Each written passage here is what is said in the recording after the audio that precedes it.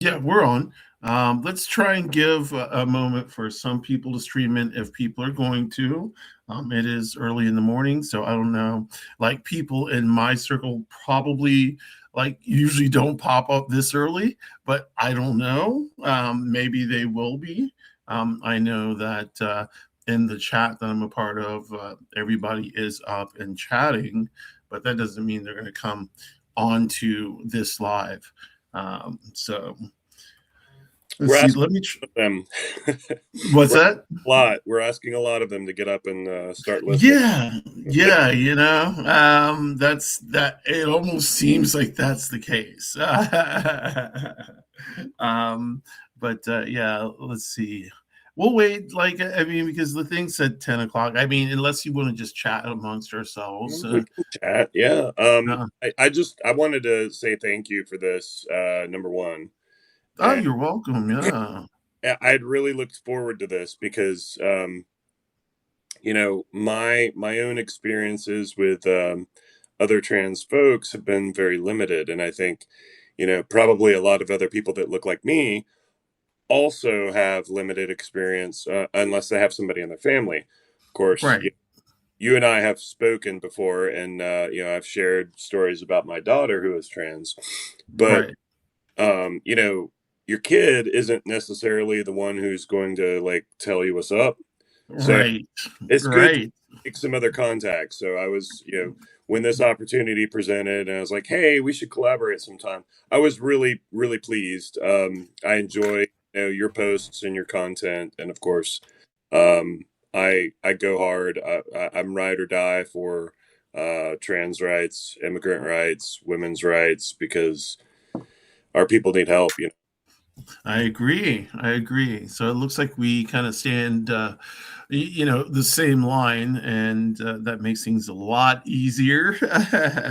um, by the way, your story about your trans daughter was absolutely beautiful. When I say waterworks, it was ugly crying. It was a complete Oh, mess, but oh, it was well. so beautiful. You know, And when I saw your response to it, my heart got really, really light and full because I know how rare trans joy is. So right, I gave right. you a moment of joy, then Yeah. that was a win for the day for me.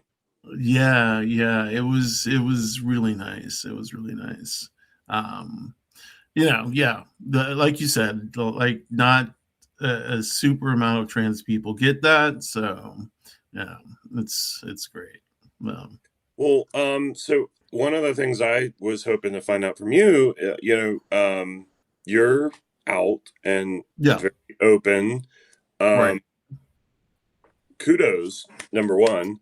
Uh, Thank you. Very, very brave, and again, we have it here in my house, and it's fucking scary out there right now. It So is. I It I really I, is. I applaud you for your honesty and your openness, and just being being out there. I know I saw something. I think it was on a different platform. I think it was on Facebook, and somebody was like, "Hey, Trans Awareness Day. How many trans creators do you follow? You should go and find three and go follow them and start to pay attention and pick up what they're on." And I think at that point I had already been following you, so I was like, had to go find a few more folks. But it's Right. yeah. Okay. So glad Well, we're connected, and looking you forward know, to what your content and what you present. if you're looking for someone who is good in content and is trans, Samantha Page, if you have not interacted with them or her, they go by both she, them. Samantha Um, Page. yeah, Samantha Page. They are very popular in trans circles. Hey, Robes, what's up? How you doing? It's good to see you. Um, Yeah, their name is Samantha Page. She, they, I think is what it'll say after. I found I found they. Yeah, no. Let's- So she's I'm gonna check her. I'm gonna check them out. Yeah, I do have lives with them. I've had two lives with them, and we're going to do a third. They have a very interesting backstory. Um, so I would suggest,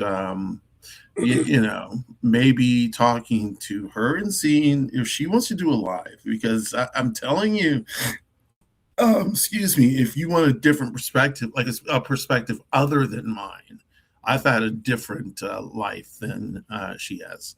So, Yeah. yeah, It looks like she's got like a radio show, so she does I guess, like a podcast or something pretty she regular. does she's on a radio in Vancouver, Washington. Oh, cool. That's Yeah, real cool. Okay. no, no. So we've got Robes in here, which Robes is a good guy. The He is Basket. part. Good morning. Yeah, Robes is part of On the Porch with Julie Elder and Lisa Joy, which comes on every weeknight. Well, every night except for Monday, I think from 9:30 p.m. Eastern to around 10:30 or 11.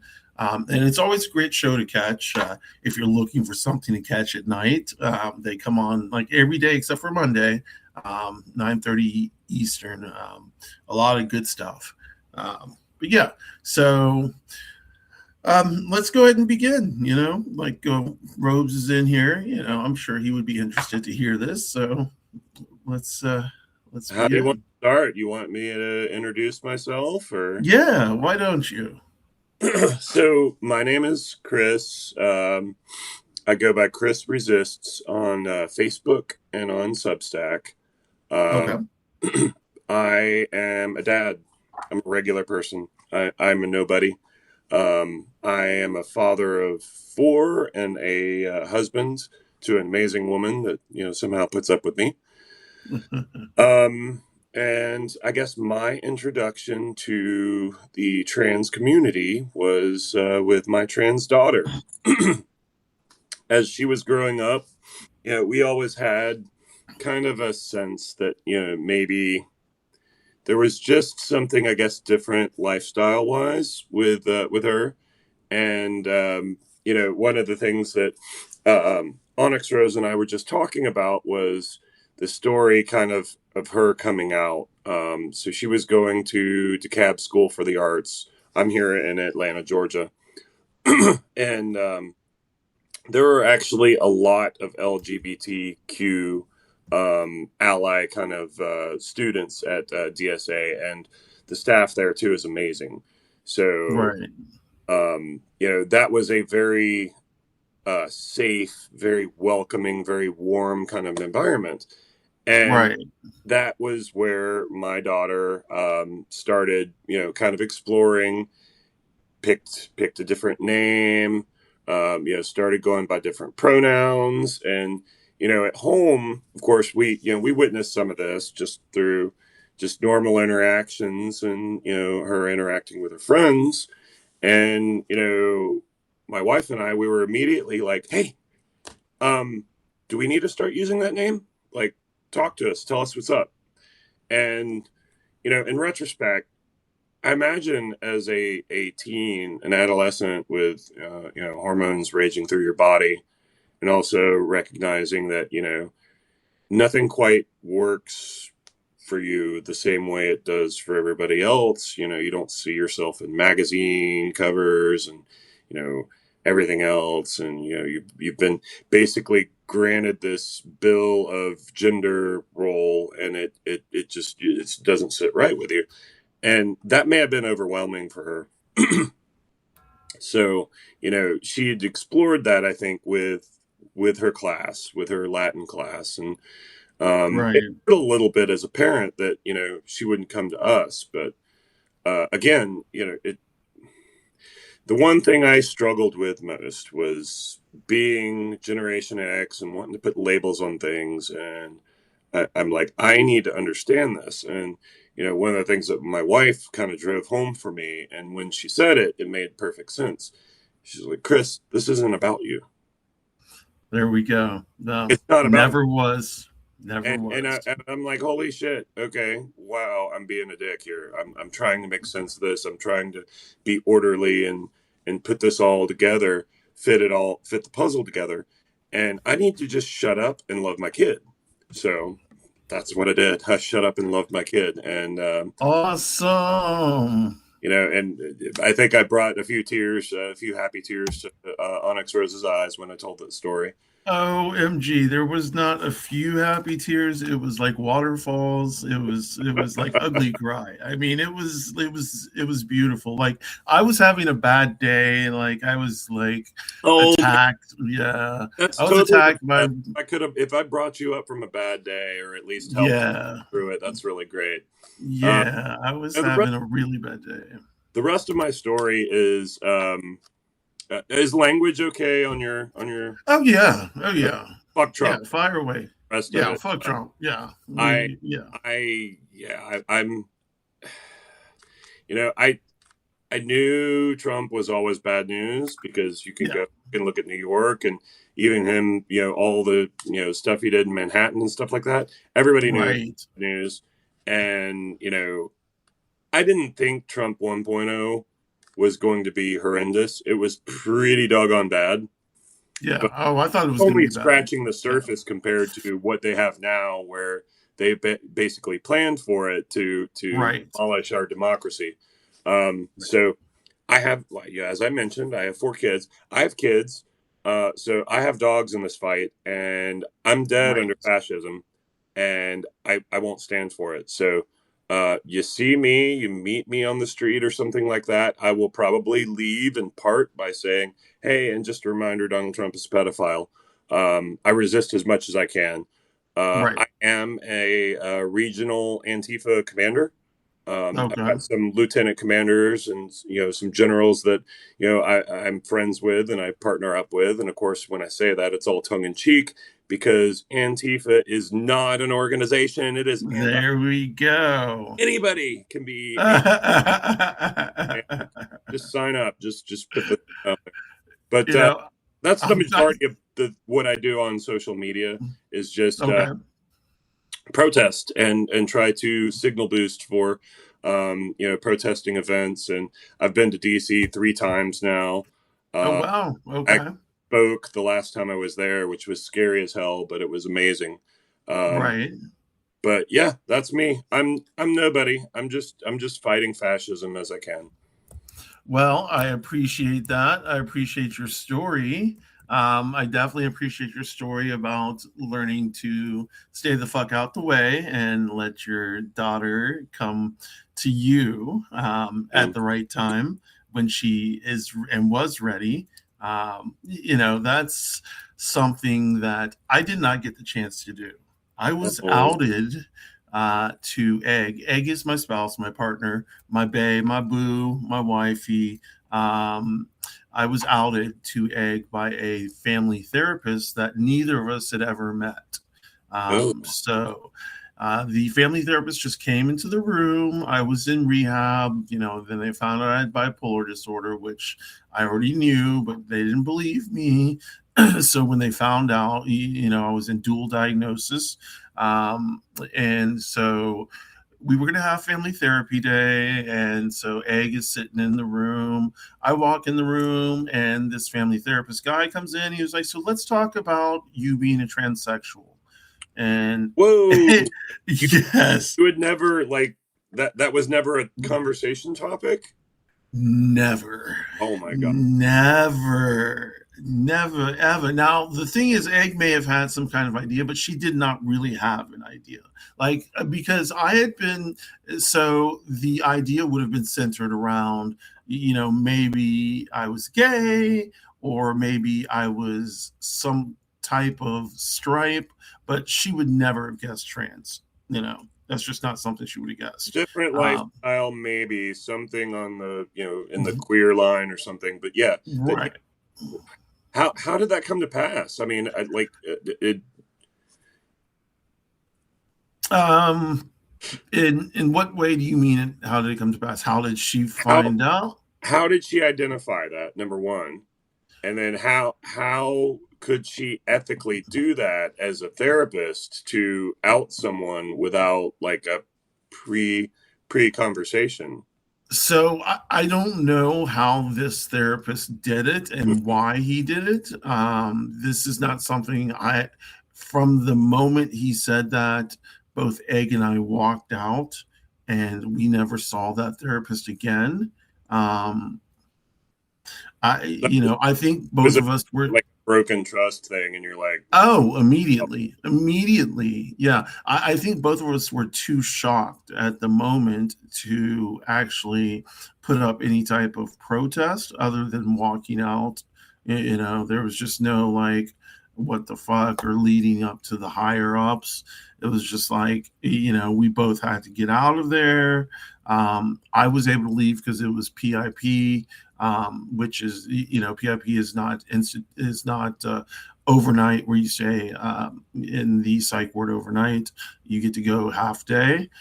So I was there half day. I was able to leave. Egg was able to leave, and then we didn't really talk about it. I went back into the closet. That was one of the three times I went back into the closet. So I went, like, and here's how it all. So back in the 90s, I was like, and even like late 80s, early 90s, like right around graduation time for me. I graduated in 1991. So, that's when I was like, okay, there is something definitely different about me. I could feel it when I was younger, but there was, like, it was kind of further from my mind. But then the older I got, the more it was like, okay, I feel like I should be this woman and I should be in love with women. I should be a lesbian. I should be a woman who loves women. And that was the only solid and concrete thing in my mind. I couldn't figure out anything else. So I looked up male lesbians. I looked up, I was looking up everything and grasping for anything. I saw the L word and I was like, okay, things were, I was trying to, um, it I sounds know that discovery, maybe even you were just trying to like figure things out. I was trying to figure things out. I think I saw Jerry Springer and I was like, those are trans people, but those are not the kind of trans people I would consider. I wasn't at that point. I wasn't thinking that that was something I could ever be or like would want to be. Just because it was so outlandish. And it was TV, so they made them look outlandish. But as time went on, and it's kind of funny because in 2006, I found a book, and it's called True Selves. Um, and it's this book right here, True Selves. Um, it is written by Mildred Brown and Chloe Ann Rounsley. Um, I found this book in 2006. I think it came out in the late 80s. Um, this book it says Understanding Transsexualism for Families, Friends, Coworkers, and Helping Professionals. Now, transsexualism is, old school word, but when I came out, it was transsexual. But this book is something that legitimized my feelings. I was not able to solidify them until I read this book, until I found this book. And this is not the same book. This is like a newer version. The one I found is like long gone. But so this book was instrumental in me saying, okay, I have a word, a frame of reference for what I am, or what I could be. So in and out of the closet I went. I finally came out of the closet for good in 2015, and that's how I've been going ever since. Thank you. That's yeah, so I have I have a couple of questions, and I'm Okay. curious because I know I don't know if you share with everyone like where you live. I know there's a safety thing there.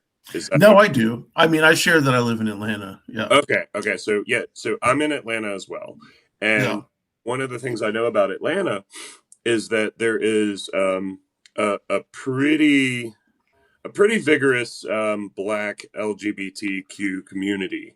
So I would Yes. ask if that was something that you had taken part in, or if that was something that laid some of the groundwork for you, or maybe if you had some thoughts about that community and how it's good, how it's bad.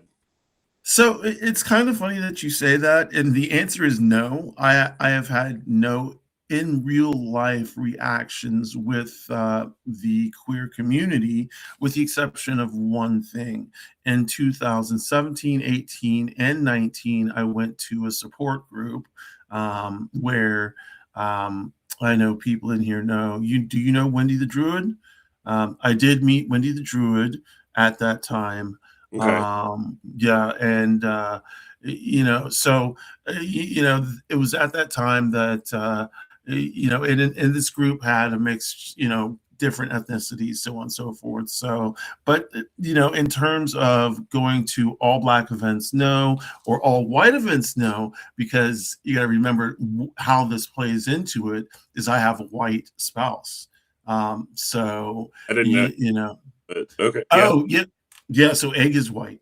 okay. So, like, it's like and I don't drive, so it would have to be, like, her taking me to the event and then waiting and picking me back up, or, then, like, just by the same standard going to like an all white event pretty much, or any event, because it's usually all white, then I stick out like a sore thumb.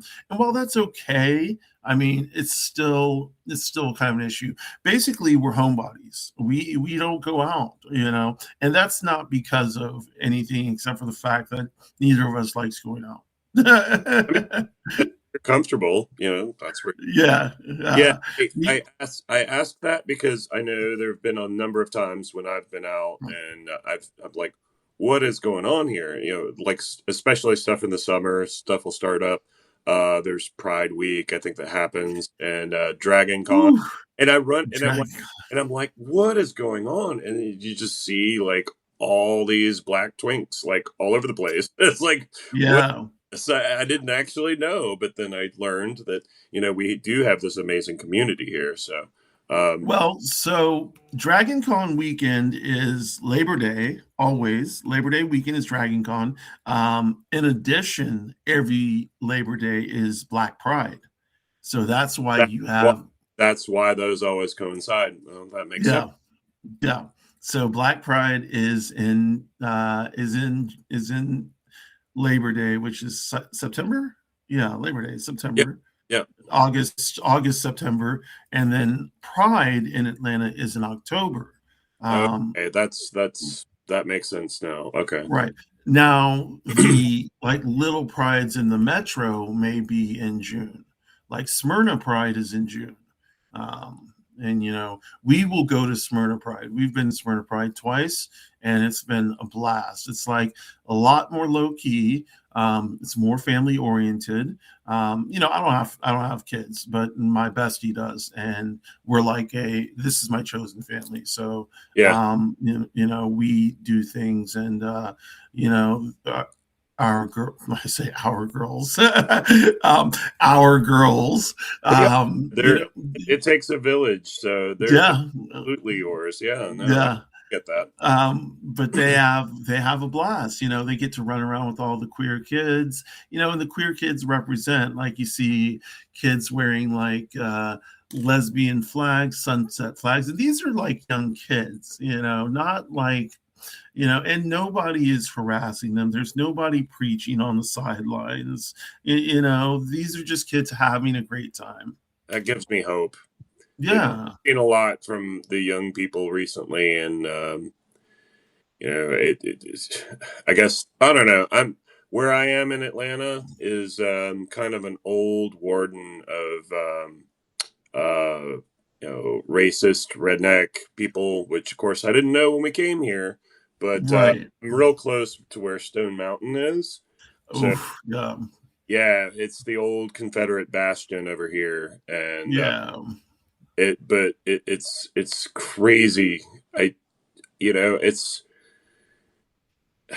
I guess in all my years, I I can look back now on my life and see when I was growing up in, the 80s and the 90s, how much racism was threaded into the environment.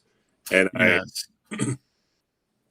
I could say that I wasn't being racist. However, I was behaving as a a creature molded in a racist environment, which, of course, anytime you think about that for too long, you're like, what was I doing? What have I done? And all you can ever do is just improve and, do better. Yeah. So, Yeah.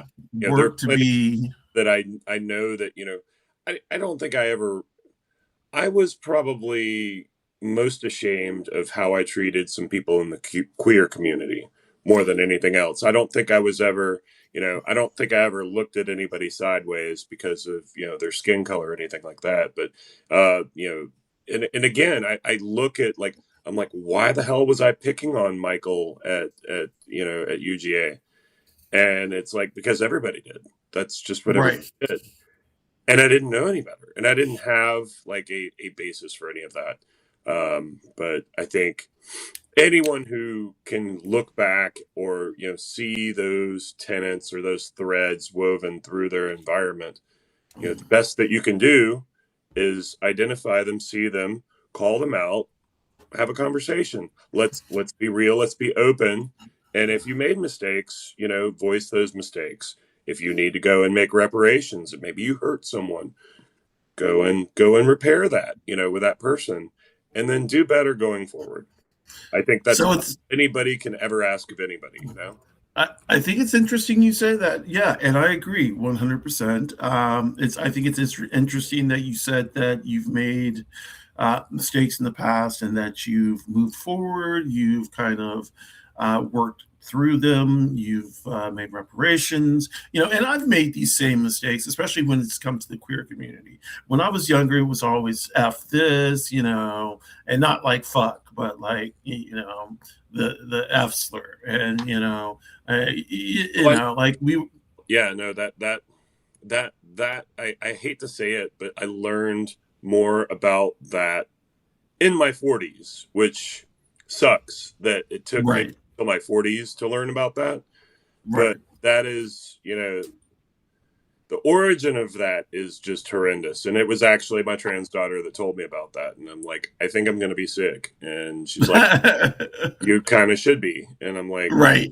yeah, I absolutely have to change. And I absolutely cannot accept this kind of language from anyone else. Or, Right. I have to educate them on it as well. Right. Yeah. Yeah. So, and honestly, there are words that we just don't say, and in the now people have reclaimed them. Yeah. I And actually, as soon as you said that, I was like, well, and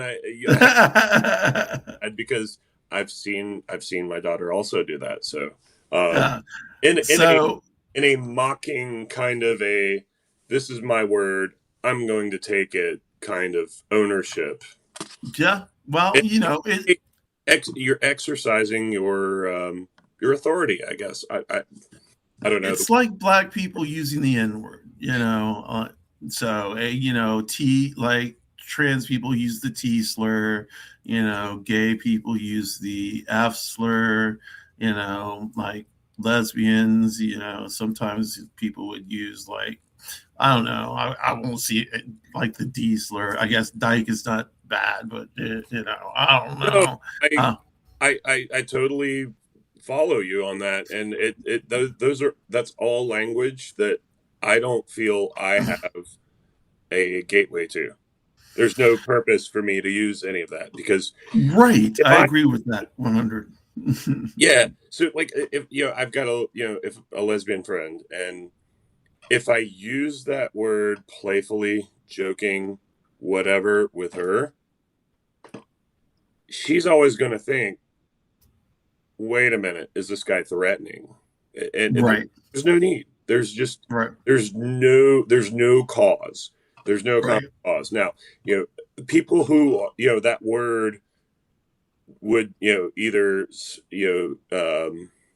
slander or describe, if they're using it among, friends or whatever that are also described by that, I think it's different because they've lived that pain, or they're in that sheath of I don't know.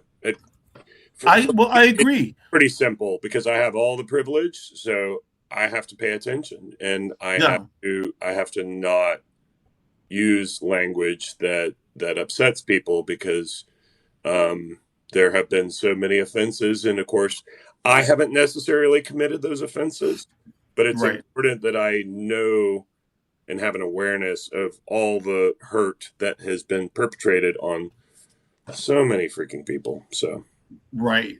Right. Right. Right. Right. Um, yeah.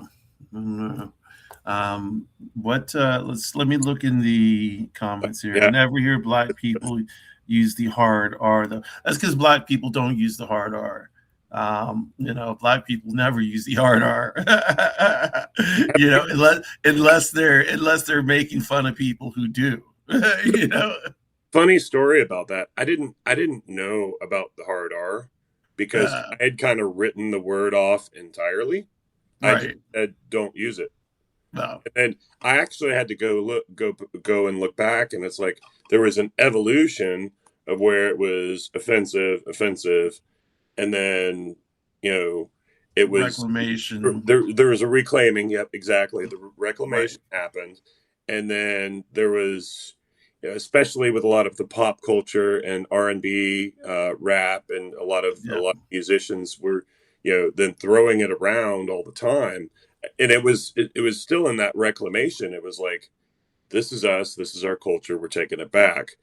Right. And, you know big tall white cis boys like me were just like, tread carefully. Let's move Right. Yeah, as you elevator should be. music, so that Um, we don't want to step on it. But, yeah, no, I didn't know that there was a like the hard R was a thing until I had to go back and I had to look, and I'd say, okay, so, some y- things are okay, some things aren't, but it's still easier for me, right? Because yeah, I try to be a kind, compassionate, respectful person. And to me, language like that is derogatory, I don't need it. I don't need it. right. If So here's the thing: white people should never say the N word, regardless. You can grow up in the hood. I agree. You grow up around a lot of black people. That doesn't give you any kind of pass. You Yeah. know, like I don't care how many black people say you get a pass. Like you can't say that shit. Now that being said, I don't say any of it. I don't say the T slur. I don't say N word. Me and my family, we've never done that. Me and my chosen family, we don't do that. It's just not something that we use. Now we will call each other bitches and shit like that.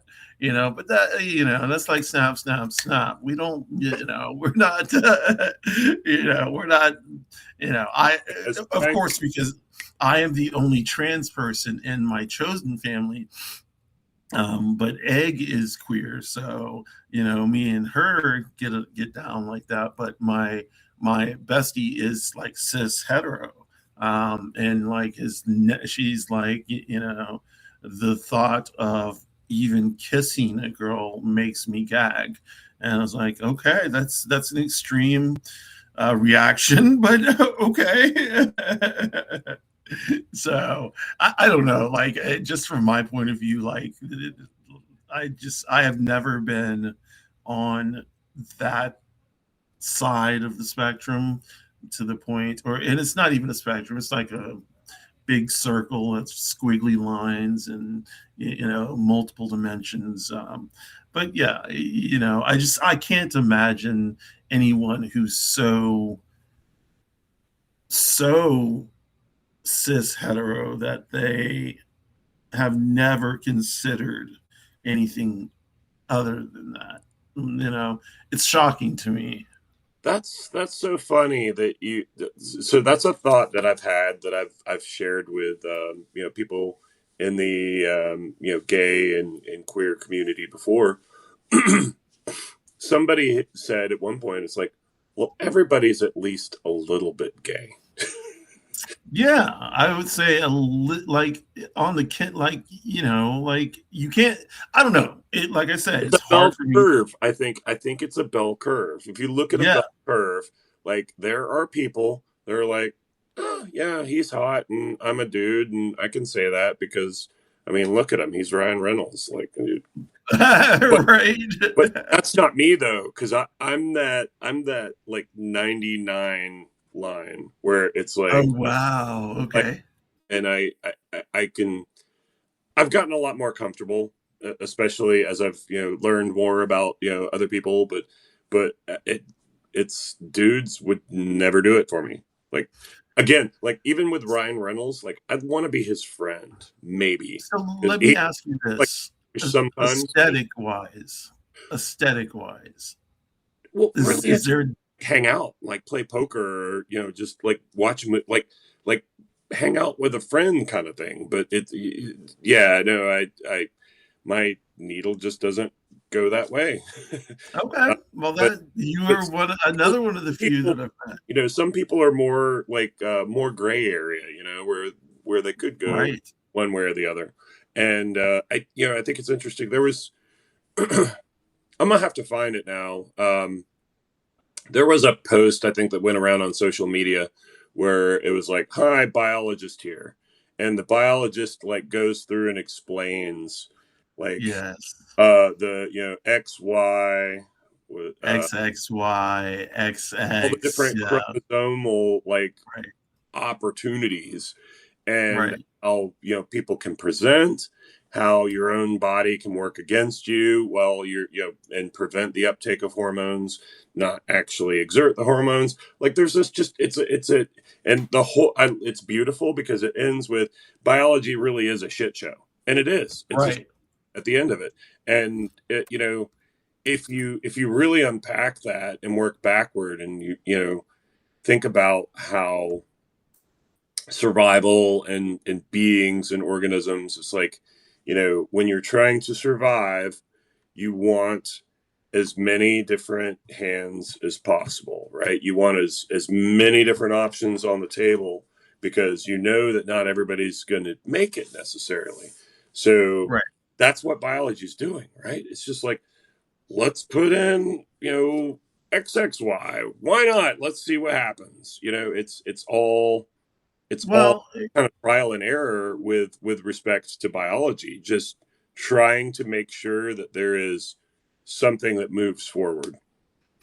I think the beautiful thing about all of this is that biology is not binary. And so people who look at biology and say, well, biology says this. Well, no, biology actually says this, and this, and then some Yeah, extra. So the people who point out that, well, biology this, biology that, don't really have any idea other than like a cursory, like, I don't know, sixth grade level biology or whatever, ninth grade. But it is very interesting being a trans person, and being visibly trans. To me, this is so. is that scary at all for you? Not yet. Not yet. It's like, but see, I feel it closing in on me, and that's Oh the yeah, problem. Yeah, yeah. I feel everything closing in, and I'm trying not to let it get to me. Um, but it feels like it's getting just a little bit tighter. But one of the good things about me being out visibly is that other people can see, and then other people understand, and then other people will do the transition if they want to. Will transition if they want to. My mother-in-law. My mother-in-law's son is a trans guy, and he transitioned because he met me, and he was like, okay, I can do this, and I've heard this multiple times, and this is why I'm visible, so for not for heterosexual people, that is not why I do this. I do this for queer people, and specifically trans people, and specifically trans women, and specifically trans Black women, who may not see a trans Black woman or a trans Black non-binary person, living this life, wearing these short dresses, walking around kind of femme, with a deep voice. People just don't see that, and this is me being out and visible, and I love that. I love that you're out and visible. I know at the top of the show, I actually commended you for that. There are so many facets of positivity for you to be able to live your truth, and just like you said, to be an example for others. Um, you know, one thing I don't know if people think about this very often, but as primates, our method is mimicry. We do a lot of mimicry when we learn, when we teach, when we instruct. We demonstrate, and then we ask to have that replicated. And you're totally right. If I'm growing up and if I'm a kid and like I don't, I look at what's in my pants, but then if you don't see yourself in other people, I think it has to make it challenging to find your way. And Well, I can't identify with that at all because here I am. I've grown up, and I can look at the president. It's like, oh, look, it's a big, tall white man, another big, tall, cis white man. Like I've never had that challenge, but I can, I guess I can kind of empathize with folks who, they don't feel, they've found themselves completely. And part of that journey is seeing someone else to kind of reflect back to them and say, oh, OnyxRose, there I am. I see myself in you, and then they can start to find their foundation and build themselves the way they were genetically cast. one of the things I'd like to say, and so thank you, first of all, for telling the story of your trans daughter and how everything worked out. I don't know if everybody in the chat heard it, so I don't know if you want to go ahead and, Oh, I can, uh, I can, yeah, just run through it again. and yeah. So, my daughter, uh, going to school, found a classroom, a group of students that were, very, very safe, very open. Many were, queer friendly. And in that space, like the entire class, they basically picked new names for themselves and they referred to themselves with those new names in the classroom. And they also, played with using different pronouns. And being a parent's hard. Any parents out there, you're doing your best, and you're doing great. You're going to make it. You're going to, but you just love your kid. That's all you got to do. There Um, we Witnessing this with her, you know, I was. I'm always the anxious go getter. So I was like, ooh, ooh, ooh. I was like, new pronouns. What are we doing? And like I shared before, I think that, me coming and saying, oh, do I need to use this new name? Oh, do I need to use these different pronouns? It was a lot of sensory overload while go. Yes. my daughter was still trying to figure out what was comfortable. So, I shared and there's a note. Maybe I'll go back and pull that note at some point, Onyx, and I'll actually write up a full article on it because it really is a beautiful story. But Yeah. for me as a parent, it hurt. It hurt that my kid didn't want to come to me and wasn't Right. comfortable, sharing all this stuff. And you look back on it, and it's like, yeah, I'm wounded a little bit, but it's not about me. That's one of the things. But at the same time, when I think when my daughter was exploring this stuff, um, she wanted to explore it in a way that would be safe. And I think somebody else actually told me it's like, well, if you share that with your parents, then it has to become permanent, like you're etching it into stone. And so you Right. carve that out with your parents. So, and just through all of it, and we asked, it's like, hey, do you want us to use the new name? You want us to use dead name? And we weren't saying dead name at the time, but at the time it was like, hey, just chill, just I'm still the kid you always raised or whatever, and Right. we went through that, and I sat back and I'm like, why can't I use the new name? Like I Right. was just like, what? I want to be a part of that, and it's Right. Definitely, you want to be a part of your child's growth. Yeah. through all of this. All that is to say is that eventually she did come to us, and we did talk it through, and Right. she said, this is the name I've been using. These are the pronouns I've been using, and since then we've had more open discussions, and I think as parent and kid, like you know our relationship, and this is true with any parent and any children, your relationship is constantly evolving. But I think through all of that, our relationship got a lot closer, a lot better. And Uh, what we yeah. demonstrated to her was that, hey, whatever it is, whatever you're scared about, we don't care. Like you can do the worst thing, and we're still going to show up for you because that's what we do. I mean, That's nice. I don't know any different really, and it sucks that there are so many out there who don't have that kind of parent umbrella, right? I know Right.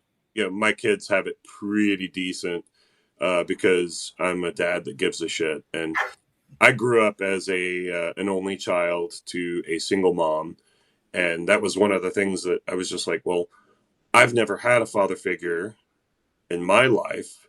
So I have to make sure that like I don't perpetrate that again. I have to Right. fix that cycle, and it doesn't necessarily always. It doesn't have to always be a mom and a dad, right? It could be Right. moms. It could be two dads, and really for myself and my wife, we are teammates. Oh yeah. There's some things I do really well. There's some things that I am shit at. I am shit at Yeah. keeping a calendar. That's Yeah. why I can't keep track of when Pride is versus Gay Pride, and like I don't know those things. And like the stuff Right. comes around, and it's like, hey, it's February, it's Black History Month again, and I'm like, do what? And I lock in, but I don't have that on like on the back burner of my mind where I have like the calendar. That's I guess if there's a neurodivergence fault, that's my fault. But Yeah. yeah, no, it's we're teammates. So where hopefully where I lack, my wife is stronger, and between the two of us, we make a good team. And I frankly, it could be a woman and a woman doing the Right. Oh, same of thing, course. right? Of Or a course. and a man. I don't see any harm in that ever, so long as there is openness, there is education, there is discussion. It's like, well, hey, dad, why do I have two dads? And my friend Lily has two moms. Well, you see, here's, families can be all different kinds. And then, You know, discuss it with a kid. here's the thing. I do think that's definitely needed. I also think in heterosexual families they need to learn about queer families. Yeah, no, it You know, absolutely is. Yeah. It's so, because that's not something that is taught a lot. I when I grew up, I didn't know anything about like Mike and Steve.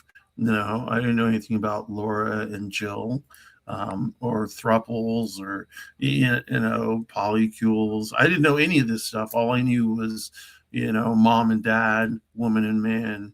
Um, y- you know, but I think as as we grow up, if we're in families and we have kids, I think that, and it's a heterosexual family that, a cis heterosexual family that does not have any queer kids, I think they still need to be taught queer history They need, as well. yes, they need to expand that knowledge. I Right. mean, I wouldn't say you have to go and find like a queer family and adopt them, but I think that that would help. Right. Right.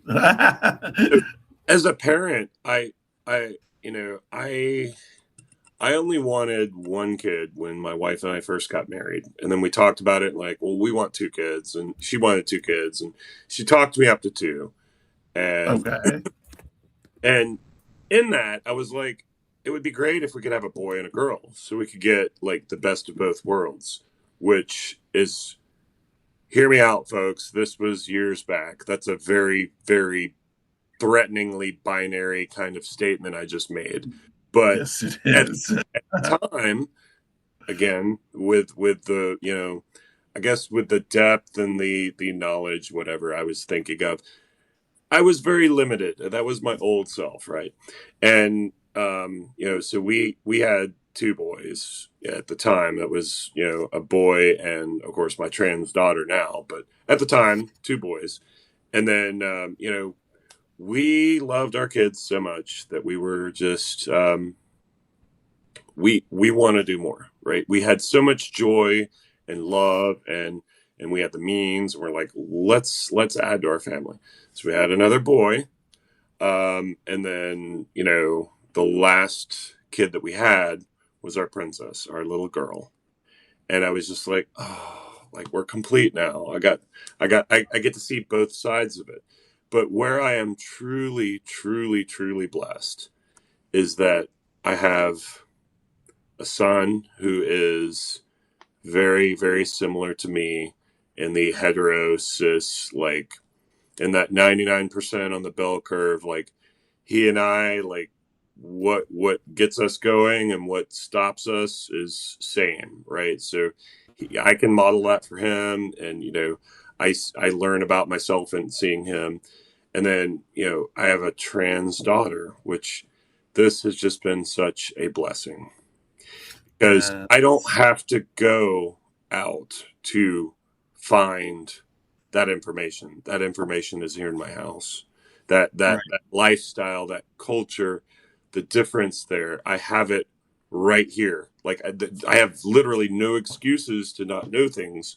Um, but never let something that your privilege blind you or stop you from going and seeking information out. But I'm There so we blessed go. to have that as a part of my family. And Right. then there's a boy, and then our daughter, our youngest, she is the girliest girl. She loves dresses and bows and Hey, long Casey. hair, and she's amazing. They're all my kids are amazing. So it is a cornucopia, and something in a thread that I think you were starting to pull on. We do better as understanding, compassionate people when we learn about more than ourselves, or we learn that people are different than us. Right. Um, One of the things that I know has been talked about a lot recently too is like travel, go abroad, go Yeah. to their country, get that culture shock. And I Oh, had I had my own thought about culture shock recently. The first couple of times I went to another country, it was astounding. I was like, whoa, like things are really different here. But that difference, that culture shock, the next time you have it in another place or in a different place, it's a little bit less because yeah.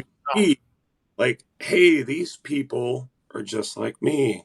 They Right. bleed, they have feelings, they love one another, and they do things a lot differently. And I see that, and now I can be okay with people doing things differently this way. Go somewhere Right. else. I've had my early job, I got to travel a lot. I got to go to Paris, France. I went to Stuttgart, Germany. I went to Melbourne, Nice. Girlfriend Australia. is from Stuttgart. Would you have? Oh, really? Okay. Yeah, she's from a little village like down south from Stuttgart. So Okay. Germany is. So cool. But So just I've been to Germany too. It's actually beautiful. Like when I went to Germany in the late 90s, it was stunning.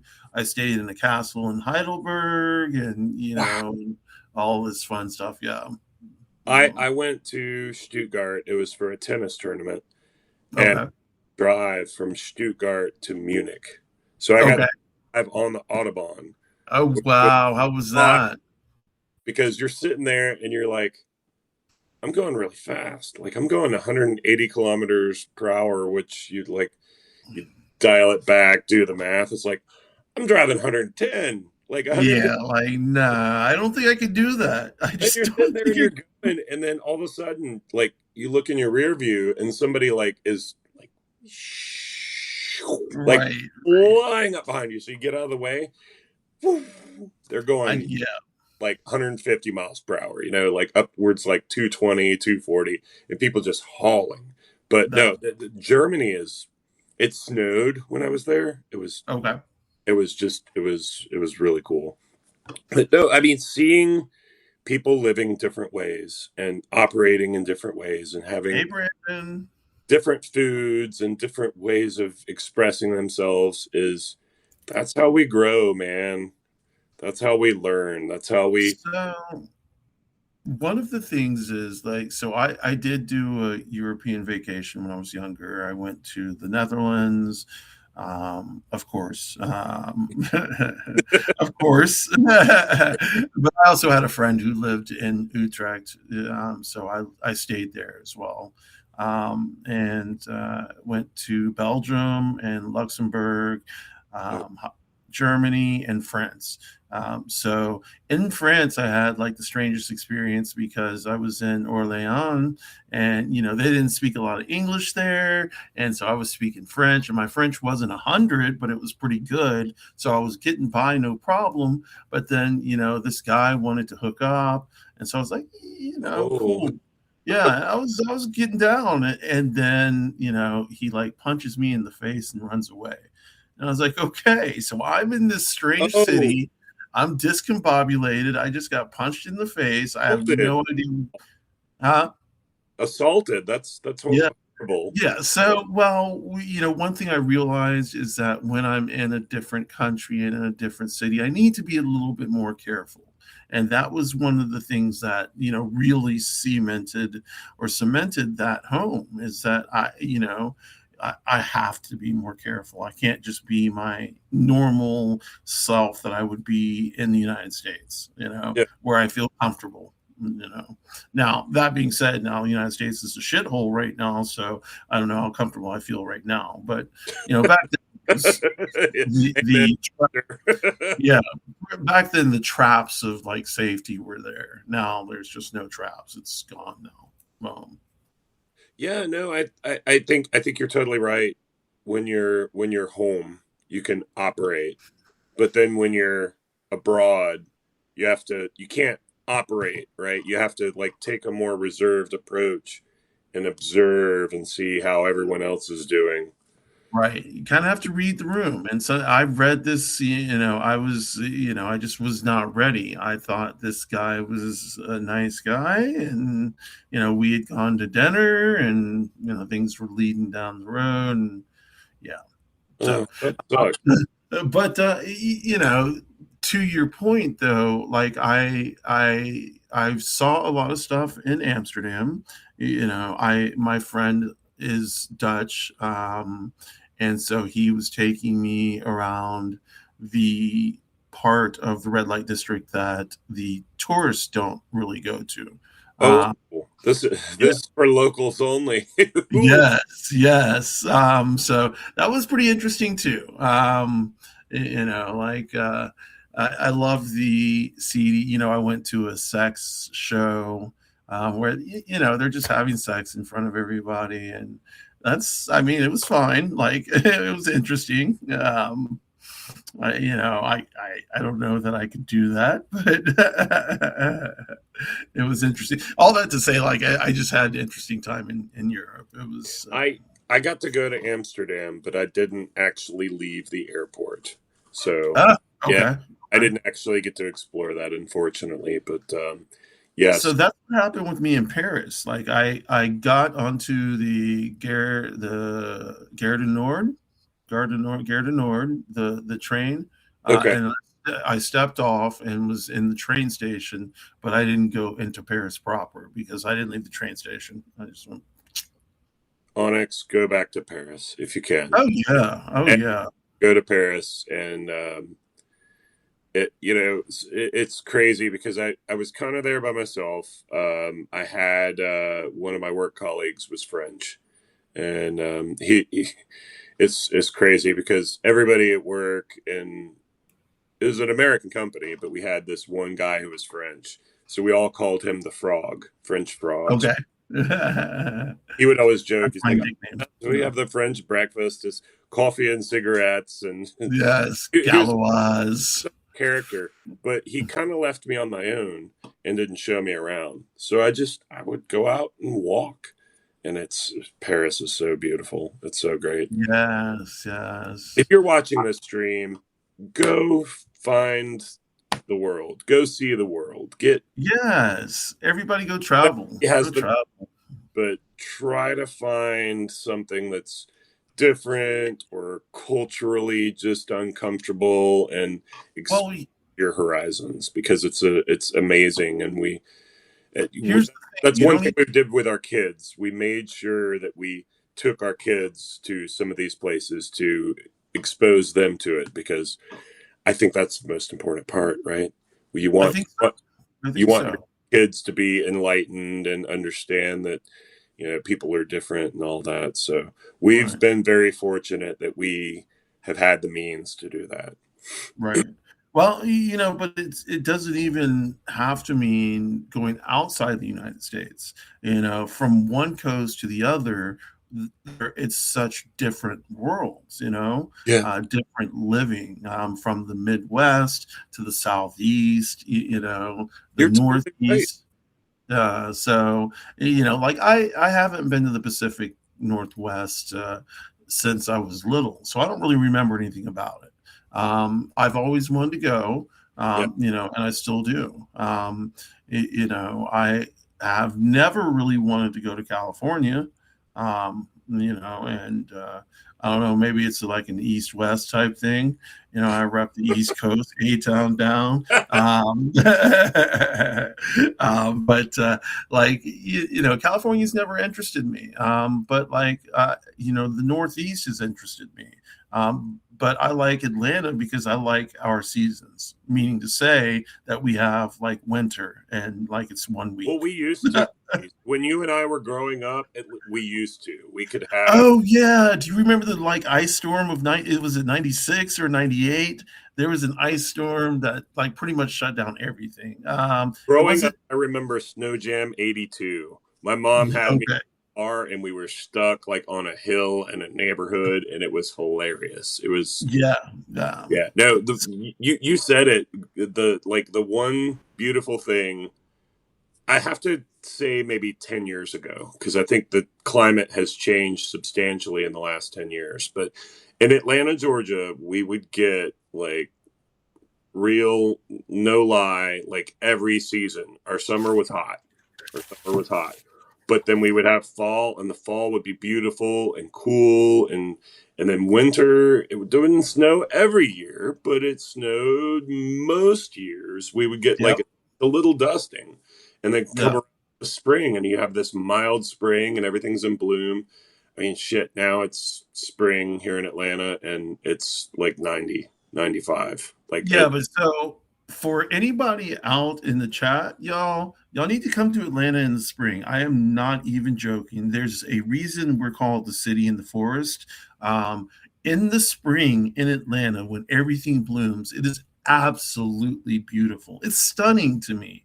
Like I can't get over it. Like Indigo Girls made a song called Southland in the Springtime.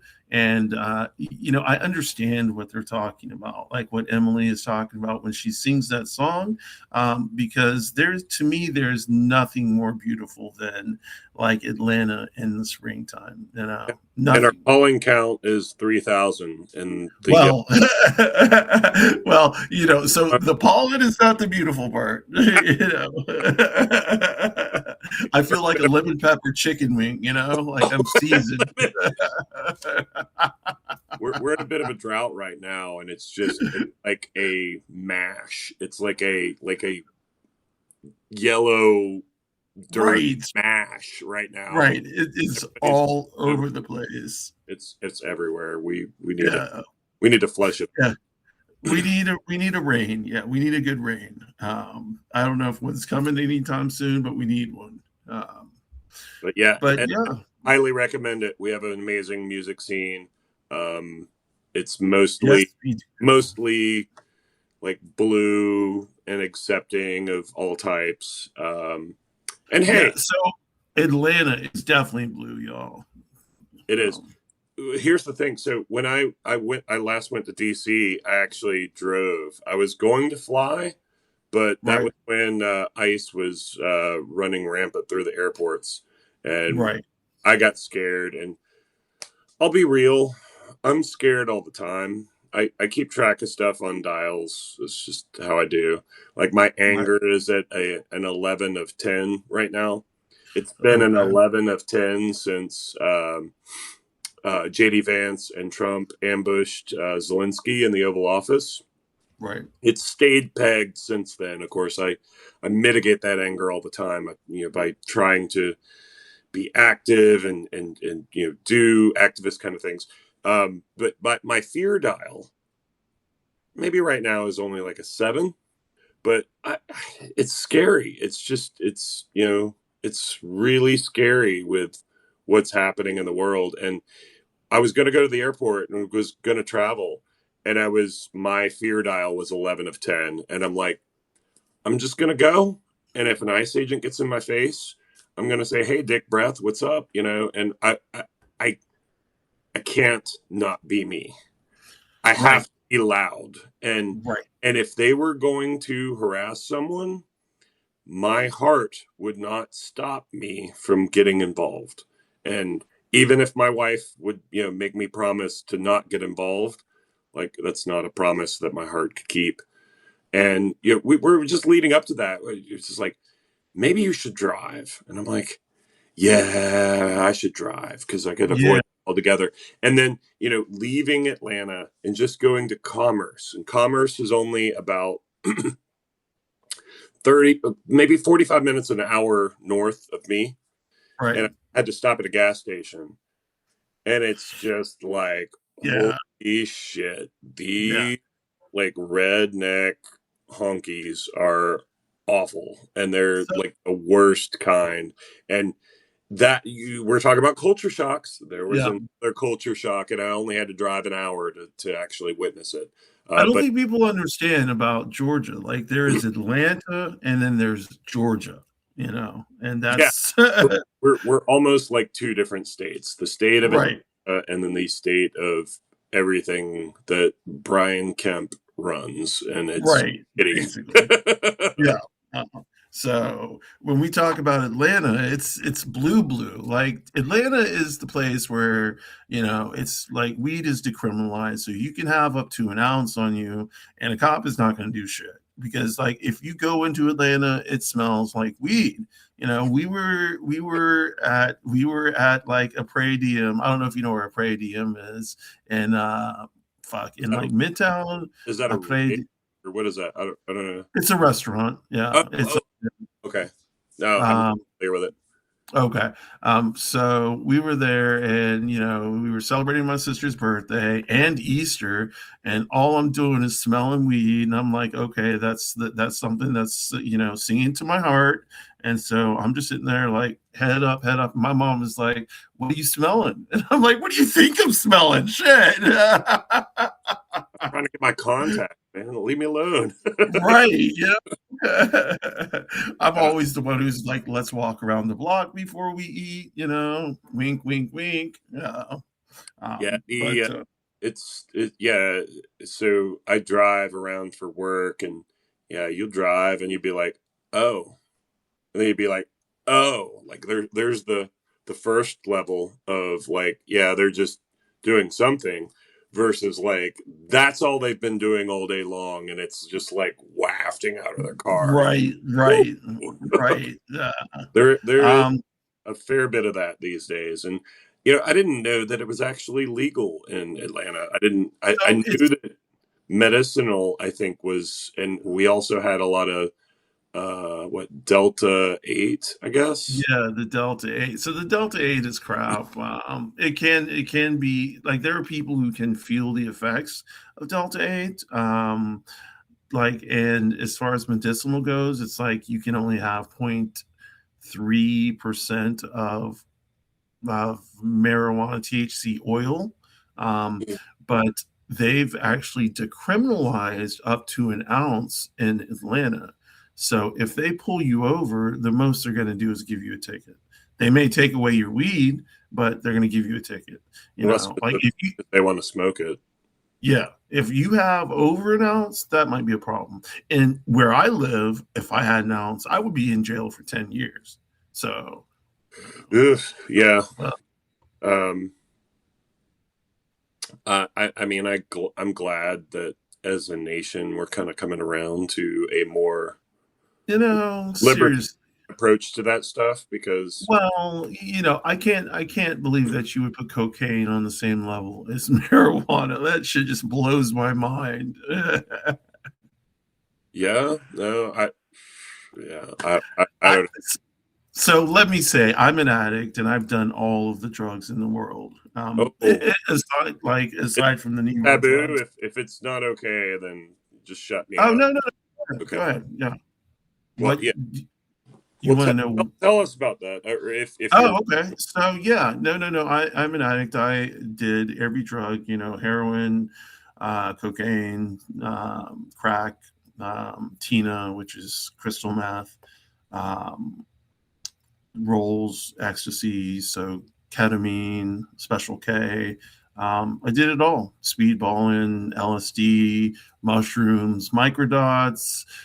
Yeah, everything I could get my hands on, I was doing. And what finally came out of that is that, yes, I was using all these drugs originally to kind of regulate my system, you know, and then it just spun out of control. As most addicts will tell you, we are not using drugs just to use drugs. Like, it may be like someone who starts using drugs just to party, but underneath that all is something, whether it's a mental disorder or something else, pain, yeah, damage. some type of pain. Yeah. And so mine just happened to be a mental disorder. And pain, gender dysphoria. So gender dysphoria, I had Crohn's disease, and I also had bipolar disorder, ADHD, generalized anxiety disorder, panic attacks, on and on and on and on. So all of this stuff was popping off at once. And so I was using all these drugs, but then I just got addicted. And like, it was hardcore. Like, I was doing crazy shit, like shit that I'm not proud of, like going to clubs by myself and just shit that you do when you're doing drugs, drug shit. So, So does alcohol figure into any of your addiction as well? I'm does curious. what? Alcohol. Alcohol? No, no, Okay. never. No, I don't drink. But no, it never did. I did drink at some point, but no, it never did. It's kind of funny. No, my drug of choice was cocaine. No, and that's what I used the most. The me and Egg were married in Vegas, Las Vegas. And before we walked down the aisle, I did two big bumps of cocaine. Oh, Um, she didn't know it. I brought this was back before TSA, this was back before TSA. So they didn't make you take off your shoes. And so I bought an 8 ball of Coke in my shoes from Atlanta to Las Vegas. My friends brought two more, a bunch of ecstasy. I mean, we were throwing down. Like, Egg didn't even know it. So like, we were all fucked up. But this is my past life, and this is not stuff I would ever do now. And this is kind of stuff that I'm not proud of. It's great stories. It like it like the masses are like, ooh, this is great. But when I think about it, like all the hurt and pain I caused, it's not really all that great. And it never will be. So I have to continually um, check myself. So you're sober now? California sober. I California smoke weed. sober. Oh, okay. So I just term California sober. How long? Since 2012. Congratulations. Thank you. That's really really great. So Thank you. Yeah.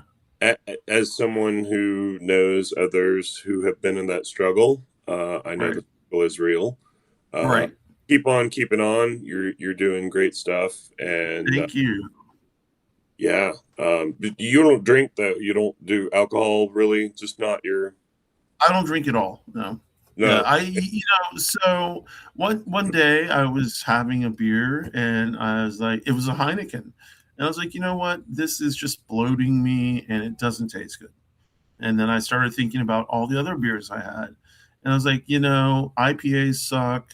I don't like British beer. I don't like German beer, because my You're killing me, Onyx. You're killing me. my There's a German ex blood here. so my German ex-girlfriend was like, "Why are you drinking Warsteiner?" And I was like, "Why are you drinking Bud Light?" It's like because Warsteiner is like piss over there, but Bud Light, Is that yeah, marketed? Yeah, no, it's totally Budweiser. Yeah, it's totally yeah, Foster's. That's yeah. gosh. So so yeah, but and then the same thing with liquor is that I just don't like the taste of it. Like liquor gets me drunk, but I just don't like the taste of it. And so I used to smoke cigarettes, and one I started smoking cigarettes at 16. And one day at 42, no, 42, 43. 39, I just said, you know what, I'm going to stop. And I threw away the pack that I had and have not smoked since. Does your that you smoked cigarettes, nicotine, is there a connection at all, you think, with your other addictions that you've had, and now that you're so like, do they transverse or not at all? There's Well, so a lot of the people I know who had addictions did smoke. A lot of people in my circles at that time did smoke cigarettes. Yeah, I don't know how many still do because I don't know them anymore and they don't know me. But those people that I did hang out with at the time, yeah, everybody smoked. And I don't know if that's more a function of like when I was in high school, because when I was in high school and then when I graduated, I knew a lot of people who smoked cigarettes. In college, that was kind of a big thing. Instead of smoking cigarettes and drinking, eating mushrooms and LSD. That was the big thing in college. So I don't know. Like the whole smoking thing, though, is yeah. Smoking is disgusting. I have my mother-in-law died from lung cancer because she smoked a pack a day. It's not worth it. Anybody in the comments who smoke, y'all need to quit, unless it's weed. Sorry. the yeah, we've lost some very very dear loved ones to lung cancer, and it sucks. I mean, Yeah, I think vaping is a little better marginally as far as less marginally. Yeah, taxing on your lungs or whatever, but um popcorn lungs, popcorn oh lungs. right, there's a uh Oh, whole new thing that they still haven't figured out yet that right.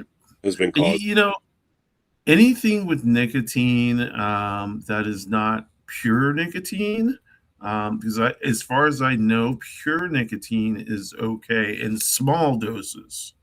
Like I think it's lethal, of course, in larger doses. But the stuff that they pack into the cigarettes, of course, is what's addicting. Oh yeah, The because they want you to so buy more. right, right. Um, but yeah, I don't know. And like I have back to trans world. I like I would like to have a lot more queer friends, like in real life. And I'm gonna be totally honest because some of the people here don't know, but like it's kind of strange for me because I meet queer people and then I can't connect. It's hard to connect because people think that, oh, we're all queer, we're all trans, we've got to have something in common. Yet we have being trans in common. And then outside of that, You have who oppression knows? in common. Yeah, who knows? Like, who knows? And, like, I don't play World of Warcraft. I've never played that shit. I don't collect comic books. I don't do like comic cards and excuse me, while I do go to Dragon Con, I don't cosplay or anything like that. I don't LARP. Any of the traditional things. I don't code. I am not a computer scientist. All the things that you think of when you think of traditional trans women or trans people, and these are all stereotypes, but like a lot of these happen. I I don't am think not part of any it. of those things, honestly. I What's think of that? a trans person as like a trans per. I don't associate like a niche of hobbies with a trans person. Be, I, Okay, I, so and there's this joke. When a trans woman starts her transition, it is like it's about pickles. And ask your trans daughter about pickles. I bet you she will know of what I'm talking about, but I'll tell you just in case. The joke is that when a trans woman is transitioning, she then needs someone to help her open the pickle jar because as we start taking estrogen, our body naturally weakens, like our strength naturally weakens. So and it's true because I had to have egg do shit for me that I could normally do. I okay, not normally, but I used to be able to do. So egg had to, and so the pickle jar is one of them. Also, eating pickles, like eating a lot of pickles because if you're on spironolactone, it is a diuretic and like salty type stuff, like huh? pickles. Yeah, pickles, and the sharks from IKEA. The Um, what? Sharks from IKEA. You know the store IKEA. Oh, I know the I store. I don't know sharks from IKEA. Okay, they're called Blowhigh or Blowhigh. It's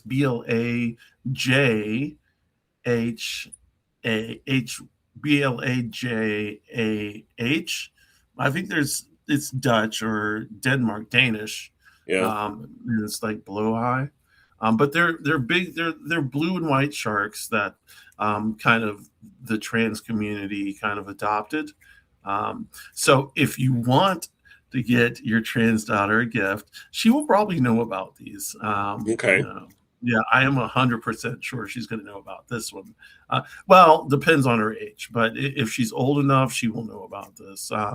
But yeah, just look up Blow High or Sharks IKEA, and you'll Okay. see it. I'll Yeah. check it out. Uh, but yeah, yeah, I am once again very happy that I'm able to talk to you. I'm very happy that to see someone who cares enough for their daughter to work this hard. Like I didn't have that, and I'm sorry that's that you yeah, didn't. that's I yeah.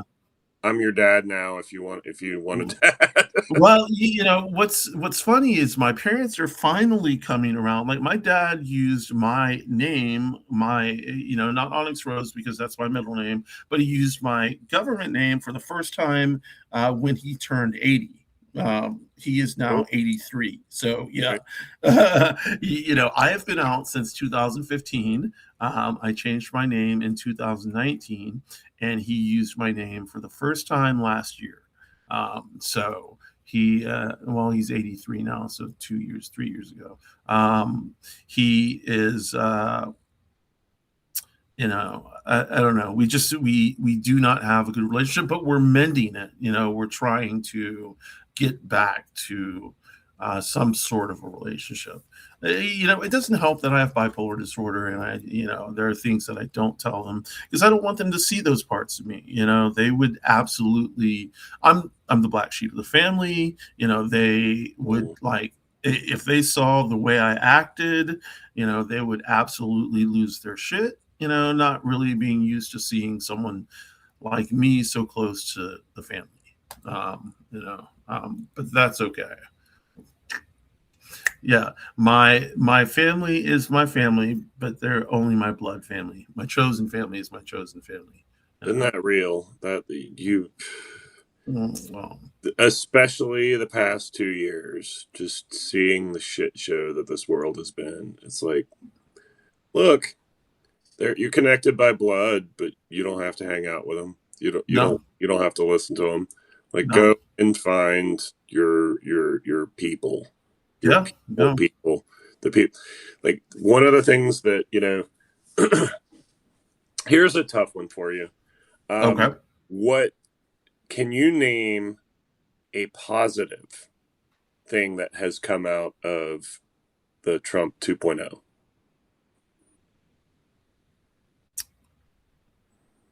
Yes, I can actually.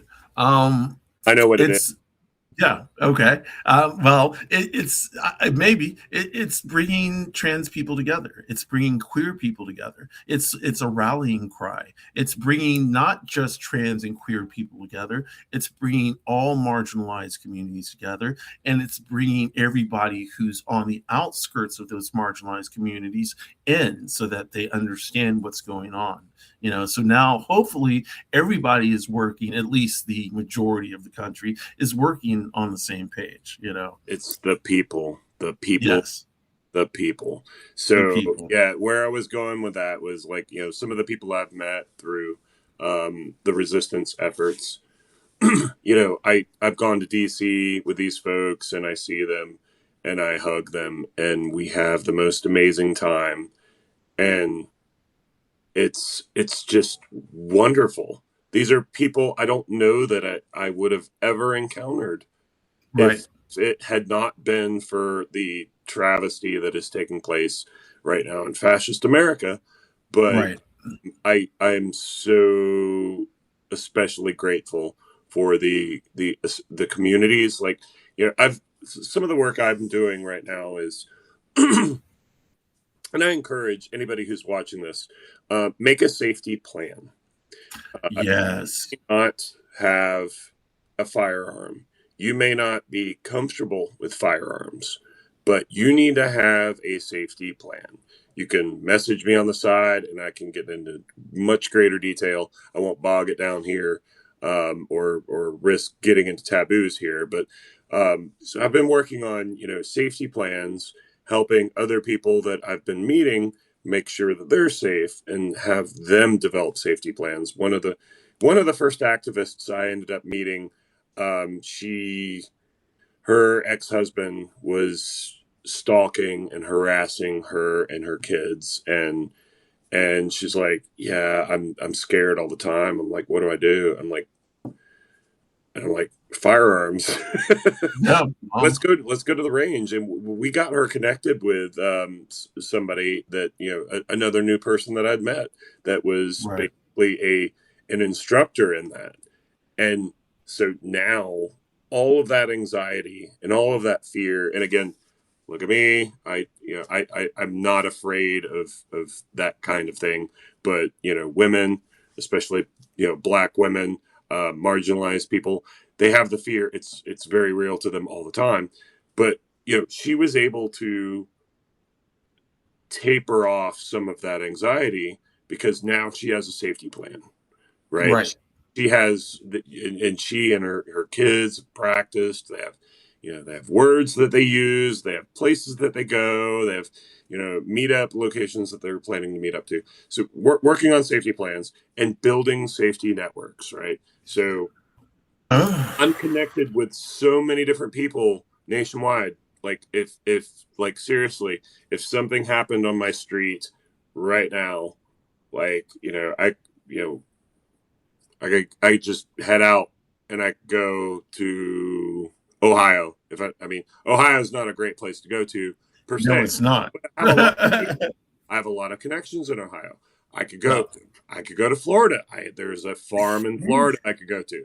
There is a farm in North Carolina that I can go to. So Nice. part of what I'm trying to do and I'm trying to encourage other people to do is to build that community, right? What we're doing right now, I'm meeting you for the first time, and I'm this has been so lovely. I Yeah. Yeah. thoroughly enjoyed this whole thing, and Yeah. you and me, we're buds now, and maybe we'll go to Right. coffee or something at some point. But Yeah. Yeah. build and Absolutely. expand those safety networks, because I don't think anybody can truly predict what is coming for us next.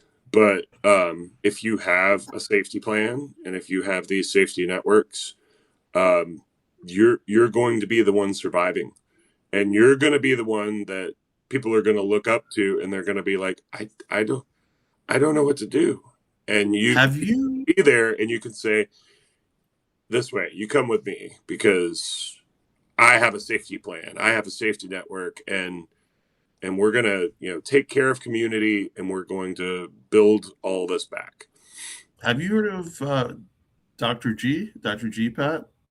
Your weirdo friend? No, I don't think so. I'll have to look. Okay. Yeah, look up your weirdo friend. They are an organizer. Oh, Um, oh, no, no, no. Your weirdo friend, I think, share yeah. connection on Substack here. I recently was interacting with your weirdo friend. I will look more Okay. into your weirdo friend. There. They are a heavy duty organizer. Yes, very much so. Very powerful. They know what they're talking about and they know how to organize. So that may be something that you'd like to check out. Yes, Their I work is amazing. yeah. So I'm a member of something called OBS, which is the Armed Insurgency. It's run Okay. by this what's his name's Rig. He goes by Overlord. He's a black dude. He's always wearing his uniform. He's pretty amazing. I can't remember his channels or whatever. I'm a part of that group. I'm a part of Sons of Liberty. Sons of Liberty is really pretty amazing.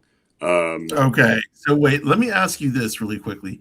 Is there a difference between the Sons of Liberty and the true Sons of Liberty? Because I got attacked by one of those groups.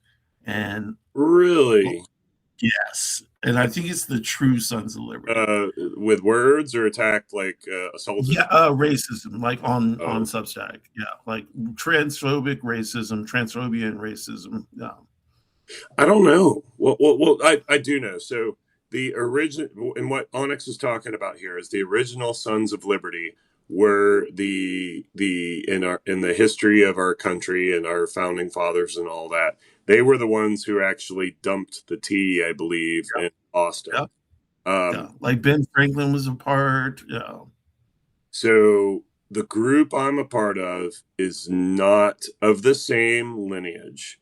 It is actually Okay. somebody who is a veteran and is very well rounded, I think, in history, and decided, hey, I've got a bunch of other people that are, remember your oath kind of minded and veterans, and so it's a new chapter, but the name is referencing the old Sons of Liberty. It is not the same, not same, but I can tell Right. you that the group I'm a part of, I would be surprised if they were the one if they were being racist or attacking. Well, like I said, it could have been there was a group called the True Sons of Liberty. Oh, huh. I Uh, I hadn't heard of them.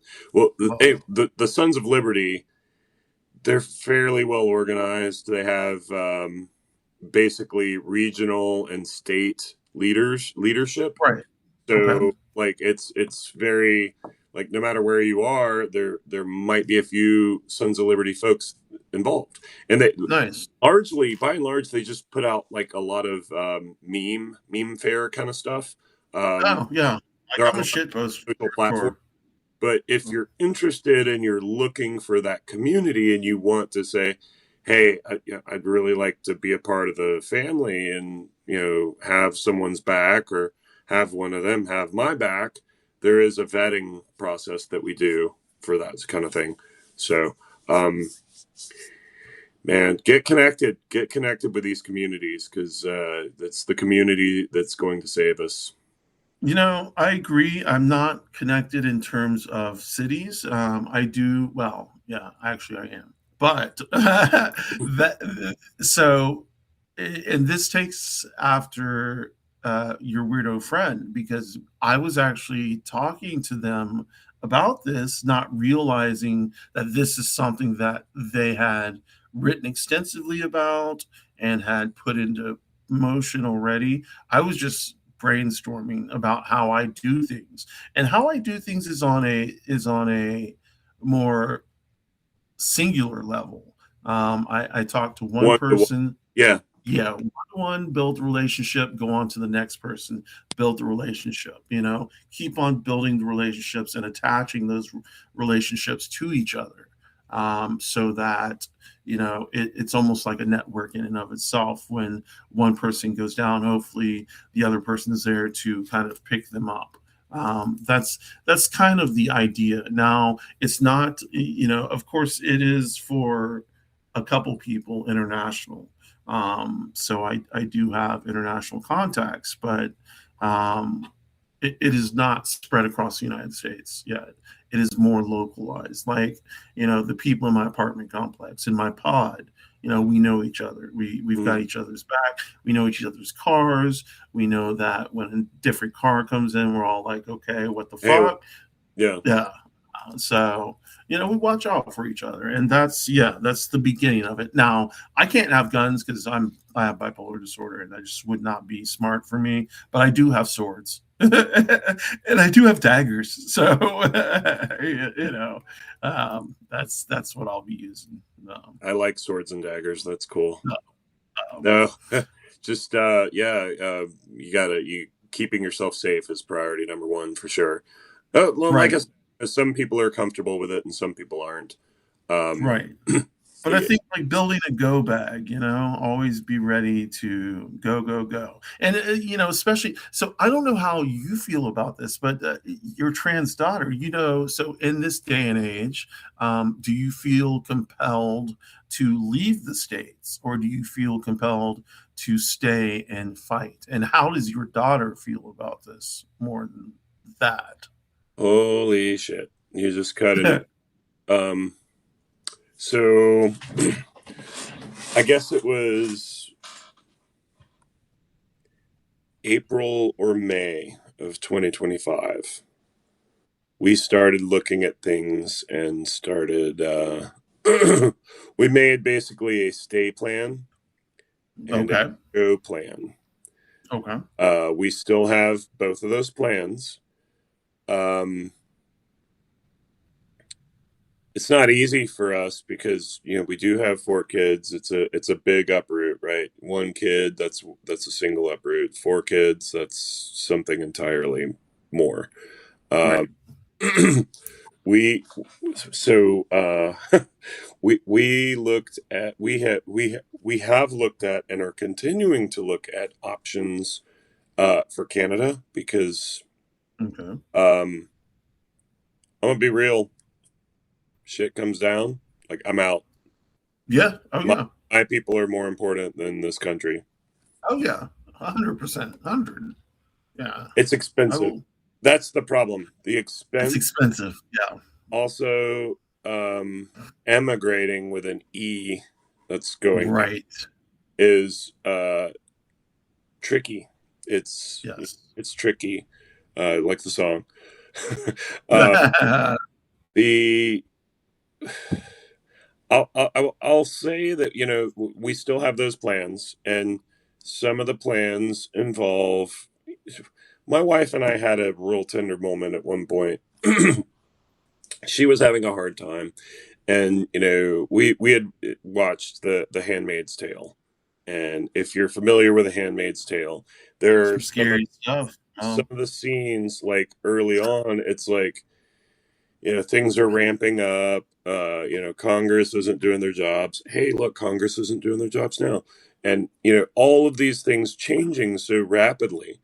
And in that program and in the book, you know, there is such a taking for granted the liberties that we have, and you know, Right. that June Osborne was not watching the signals and was not paying attention, right? For June Osborne, the wake up call was when suddenly her bank account was closed, and then she had to like figure out a workaround. And then at that point, it was only really just a pain in the ass in that Right. story. And my wife's like, yeah, are we going to be stuck? And I said to my wife, I'm like, you know, in that show, June totally got caught with her pants down. Like she wasn't paying attention. She didn't know what was up. I say, our advantage is that our eyes are clear and Right. wide open. We're watching the horizon. We see the authoritarianism coming in. And I told her, I was like, you know, if it gets to the day when we have to all load up in the van and we just drive for Niagara Falls, we'll do it. We'll do it in a Right. heartbeat. And because our family is what's most important. Now, you know, of course, doing that, it does present a lot of legal challenges. You know, you're transferring your wealth. If you have a house, you have, you know, bank accounts and all that shit. Like, Right. you know, you can figure that some of that stuff out on the back side of things, especially if, you know, people aren't safe. And um, you know, our worst case plan is we drive to Canada.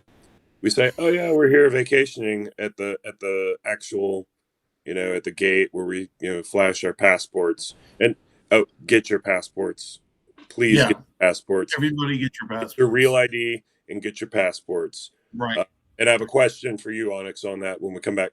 Okay. You know, go to the Canadian border. Say, oh yeah, we're going to spend 3 weeks here and vacationing, and say, oh, oops, we lied. Fascist America, we want to seek refuge, right? We're refugees. Like that's the loose, fast go plan. Um, Right. Right. but I don't, you know, I'm a normal guy. I don't have like, you know, offshore bank accounts and millions of dollars that I can just ply people and go to other countries. Like I'm not a man of means. So Yeah. Neither am I. Except for we, I'm not a man. But yeah, well, you're I not a don't woman. have means. I'm not a man or a woman, but I don't have means. So. But I meant you're not a woman of means. We Yeah. are not people of means. So Right. my plight is to stay here and fight, I guess. Right? I don't have a choice. So, I have to you fight. know, I feel like I feel like that's ours, but you know, egg doesn't want to leave. I I don't want to leave. You know, our family is here, um, but I don't want to die either. You know, like it's as simple as that. I don't want to die.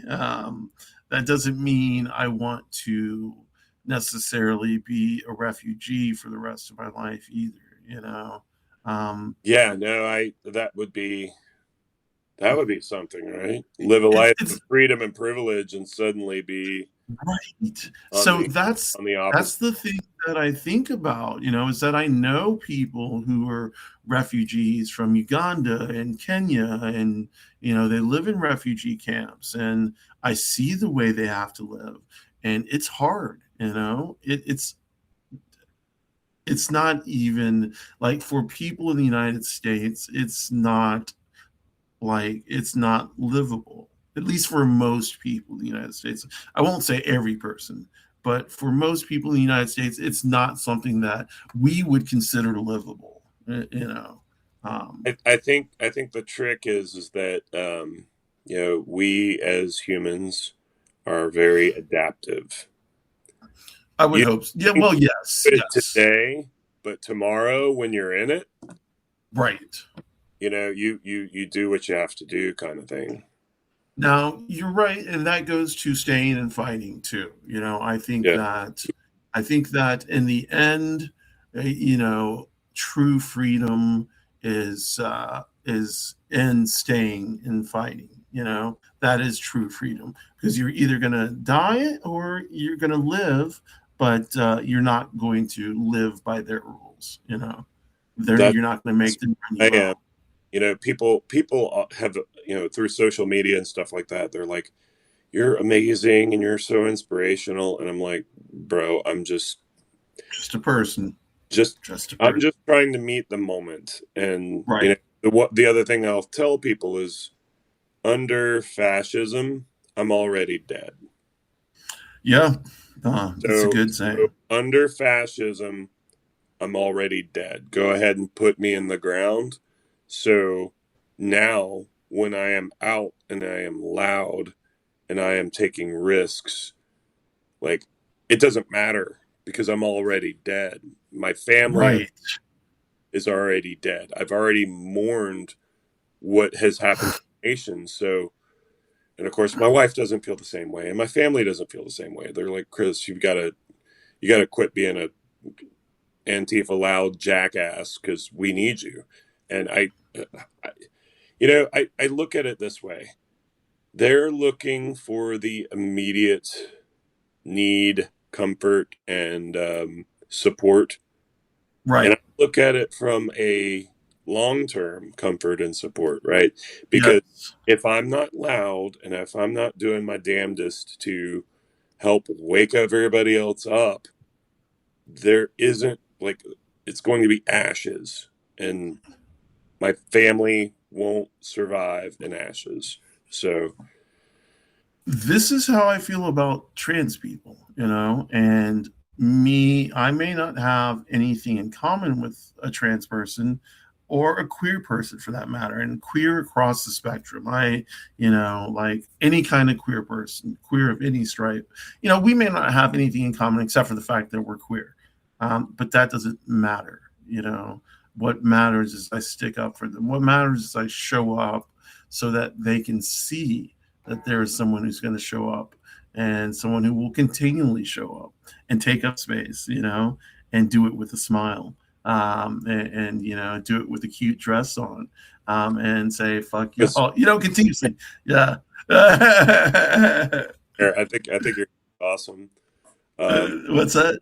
your hair, I love your Oh, dress. thank you, They're very Box. Yeah.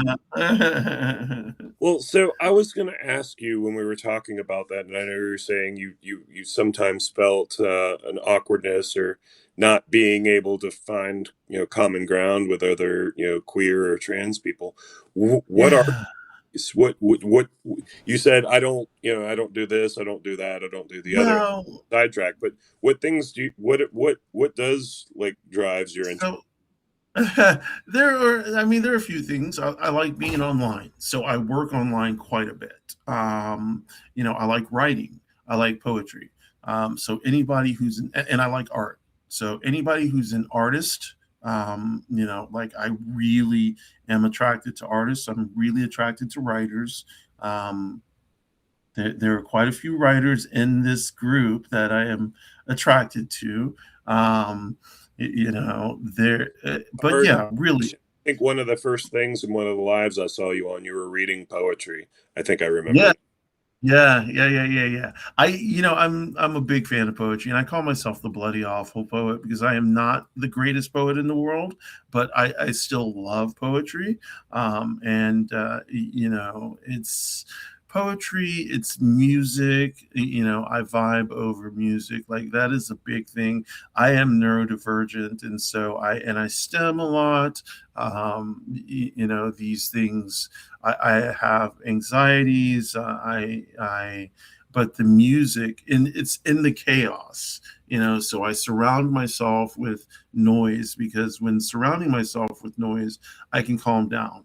And so I also like people who are used to noise, and that would mean like a radio, like music streaming, as well as watching a live and having a conversation, all of that going on at once. It's able for me to focus my energy, and I need people who are like that. Now egg is an introvert, and so, and she's also autistic, so she needs her space. She needs time to be alone. I am what would be considered an ambivert, or ADHD. So, same type of thing, just about. I think that I get along well with people who are artists and writers. I get along well with people I can have deep conversations with. So, not necessarily about, like, I have shows that I like to watch, that's fine. But I want to know your soul. I want to know about you. I don't want to, yeah, I don't want to know what kind of tea you like. Yeah, I want to know that too. But I want to know what makes you tick. And I want like 2 hour intense conversations. I want like a series of those. And then I feel like I get to know you. I want to know what kind of music you like. And, that drives me too, because getting to know what kind of music people like, allows me to look into how they think. By nature, I can feel the shift in rooms when people walk in, the energies. So that's what, like, I do. I like to get a read on people through certain cues, and like hanging out with people. So hanging out with people, going back to the question, hanging out with people is kind of a double-edged sword, because if I pick up on negative energy, then it's like Oh, okay. Yeah, yeah. you're an empath, so you Yes. Okay. You caught that. Yes. Yes. So yeah, that's the reason why I don't do crowds anymore. Like I don't go out a lot. That is, and that is also the reason why, I feel like I can't really get a grip in the community at large, because it's about a, a, a lot of the community is about going out to bars and hanging out at bars, and it doesn't have to be drinking. But I'm not in the bar scene anymore. I'm not in the club scene anymore. The spaces that trans people meet in, I'm usually not in those spaces. And also, since I don't drive, so in terms of hanging, they're just like, it's like, I don't know. It feels like different stuff. I love music though, so people who love music, I get down with immediately. Um, favorite bands. Favorite? Oh my God, that's so hard. Oh, go Right, get it out. right now, I'm listening to Ethel Cain, J. Cole, Kendrick Lamar. Kendrick Let's see, Lamar Black. is amazing. Like Yeah. I was introduced to his work through the Super Bowl show, Oh and yeah, yeah, yeah, yeah. yeah, I probably need to hear more of his stuff. Go through his back catalog. You'll be surprised. Yeah, his back catalog is amazing. As a matter of fact, his album "Good Kid, Mad City" uh, has been on the top 20 Billboard for something like, not gonna lie, 3 years in a row, Oh, wow. 4 years, yeah, top 50. It may be 4 or 5 years now. But Ethel Cain, J. Cole is my big listen to right now. Black Star Kids. I'm scrolling down my list. Oh, Florence and the Machine. Oh, I love Yeah, Lawrence and the Machine. yeah. That's good. Um, let's see, Taylor Swift. So I'm a big Taylor Swift fan, and nobody in this chat better not say anything bad about T Swizzy. Yeah. So I am a Taylor Swift fan. We went to see Swifty, her. Huh? Swifty, Swifty. Yes, I am a Swifty. And I saw her. We saw her. Like, me and my family. Me Oh, and my shit. Did you go girls. to Eris? What's that? the Eras tour. Did you see that? Yes, Saw yes. the movie. We didn't get to actually go to a concert. Oh my God, The I movie had incredible. three people trying to get tickets. Like we were like boom, boom, boom, and I'm the one who got the tickets. So I bought seven tickets. Yeah. Wait. So one, two, three, four. Let's see. Two kids, three adults, five tickets. Three kids, two kids, three adults. And the kids, it was their first ever concert. Wow. So you got to see Taylor Swift. Yeah. And when I Wow. say amazing, she was amazing. Played 3 hours, high energy, hit every, just like eras. So she hit every era. And my favorite era is Folklore and Evermore. I love that era. And I love the new Poet album, Poet Anthology, whatever. The newest, not the newest album, but the album before that. So yeah, I'm a Swiftie, hardcore. I like, I like Trey Anastasio. Do you know Fish? I know Fish. I don't know Okay. Fish. I know Do you of. know? I enjoy that music, but I couldn't like name a Fish song. Okay. Are you a Grateful Dead fan? I, No, no, I appreciate no. their music. I used to hate on them. So Okay. I fun story. I was at the Mario Lemieux celebrity golf tournament in Pittsburgh. One of the jobs I had early on, I got to travel around a lot, was golf and tennis events. I did the technology for those events. So we would set up Okay. scoring network and the handheld, like, radio controlled scoring devices. We were responsible for all of those. At that tournament, I'm driving a golf cart around just checking on some of our devices. And Darius Rucker, who Yeah. was Hootie. basically showed up for the day with Dan Marino. Dan Marino was in the tournament, but Darius Okay. Rucker was like just hanging out, coming along. And like I was in my golf cart, like trying to get to the next place so that I could check on the equipment. He just grabs his bag and just jumps right in my cart. And he's like, "Can I ride with you?" And I'm like, "Yeah, sure."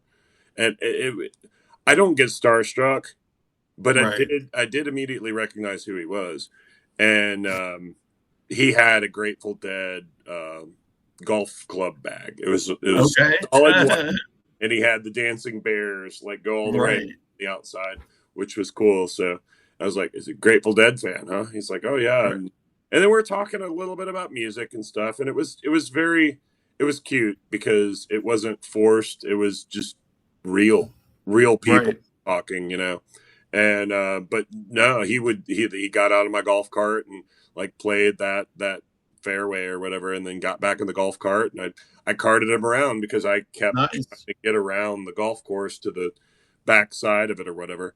But no, that was neat. Like Give I me didn't some of like your the music. Grateful Dead, but I appreciate their music now. Again, Yeah. I'm not very familiar with it, but Okay. yeah, I think some of the stuff that they've done is, um, it's not Beatles like landmark, but it is landmark, I think, in its own way.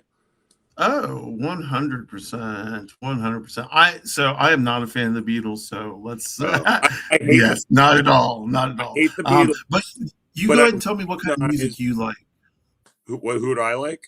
Yeah, because I Um, think we'll probably compare notes here. It's easier for you to tell me who you like. REM is probably Okay. single one go to. That's like the band of my childhood. I went to school in Athens, so Did you? Do you yeah. know Michael Stipe and all of them? I don't know him. Okay. I have plenty of people who have like brushed shoulders with him and have passed him. And that was common while I was going to school. Like, I mean, it was the strangest thing. He'd have like a big white pail, like, like a painting bucket kind of pail.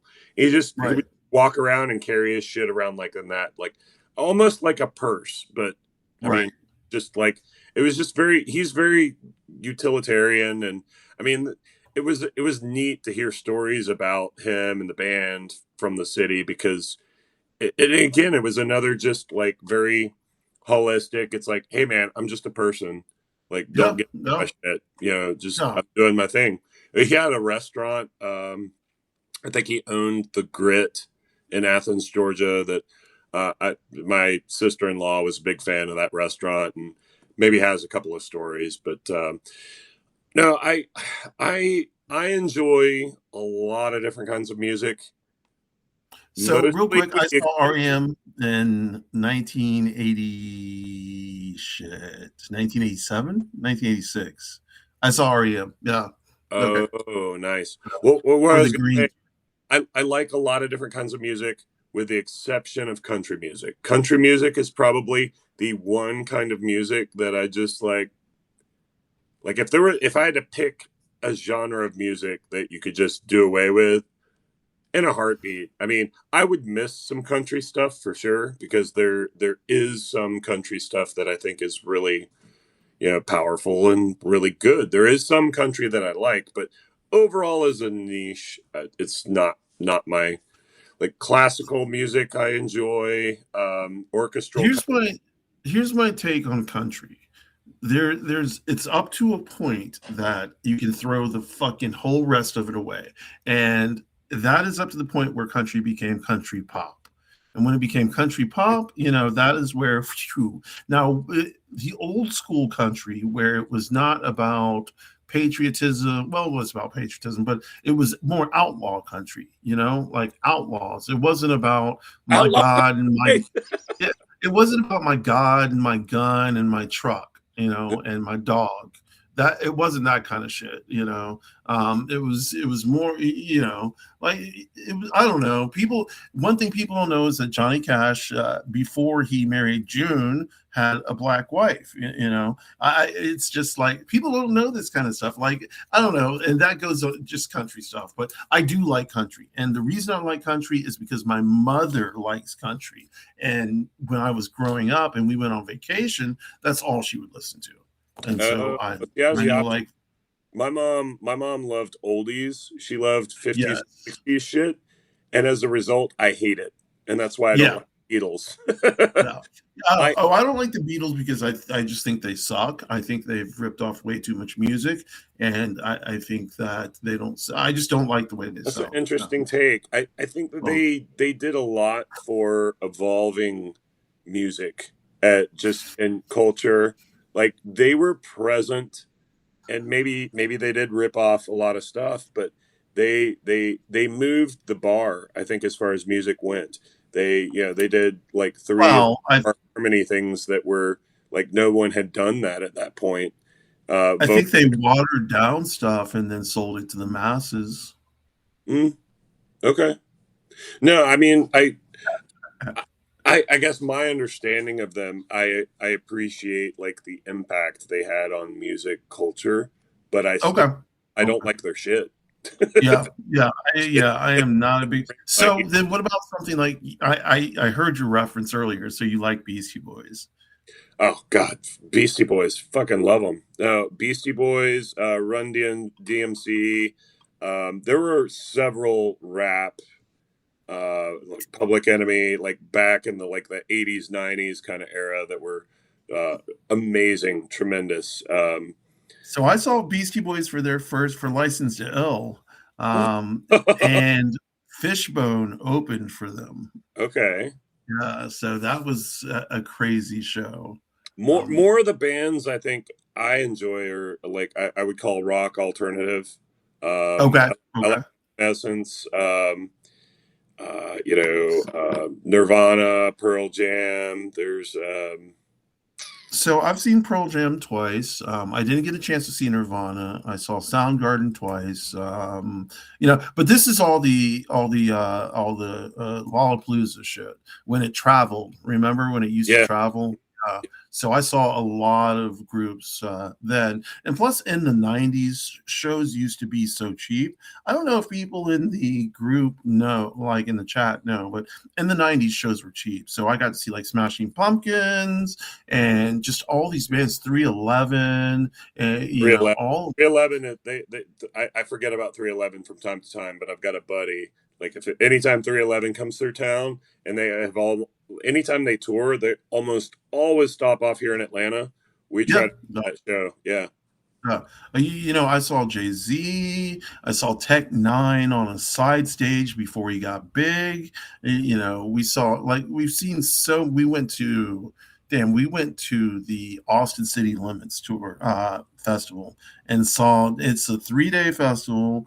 We saw like ASAP Rocky, Florence the Machine, just so like of Monsters and Men, 21 Pilots, just like the list just keeps on going on and on and on. Foo Fighters, Foo Fighters just that I was going to mention, I just couldn't think of. and so we saw. I mean, we saw all sorts of groups. Disclosure, Dead Mouse. I mean, like the amount of shows I've seen is just Midnight Oil, Ziggy Marley, Burning Spear. I'm You know who I jumping saw in. for my birthday last year was Oh, Cake. who? Cake? Cake. Okay, yeah, Cake is incredible. yeah. Yeah. I Yeah. do. So music I connect with, especially with a lot of people. I like to, you know, I like to see what level people are on in terms of the music I listen to, and that informs me a lot, you know, on how I think people are going to be. I like is damn it, he's still in here. I like people with beautiful hands who can play instruments. Um, you know, um, without giving too much away. Yes. So I for a I little do. for a little while, Huh? a few of my buddies were like, the whole thing happened with like Guitar Hero and Rock Band, and we had like a night a week that we would all hang out together, and we were doing this, stuff on Guitar Hero, and one of the guys was like, "What are we doing with Guitar Hero? We should go and like Get Craigslist some fun. get some actual instruments and just fuck around." And we did Right. a little bit, and we actually like even like had a couple of covers that we did for a little while.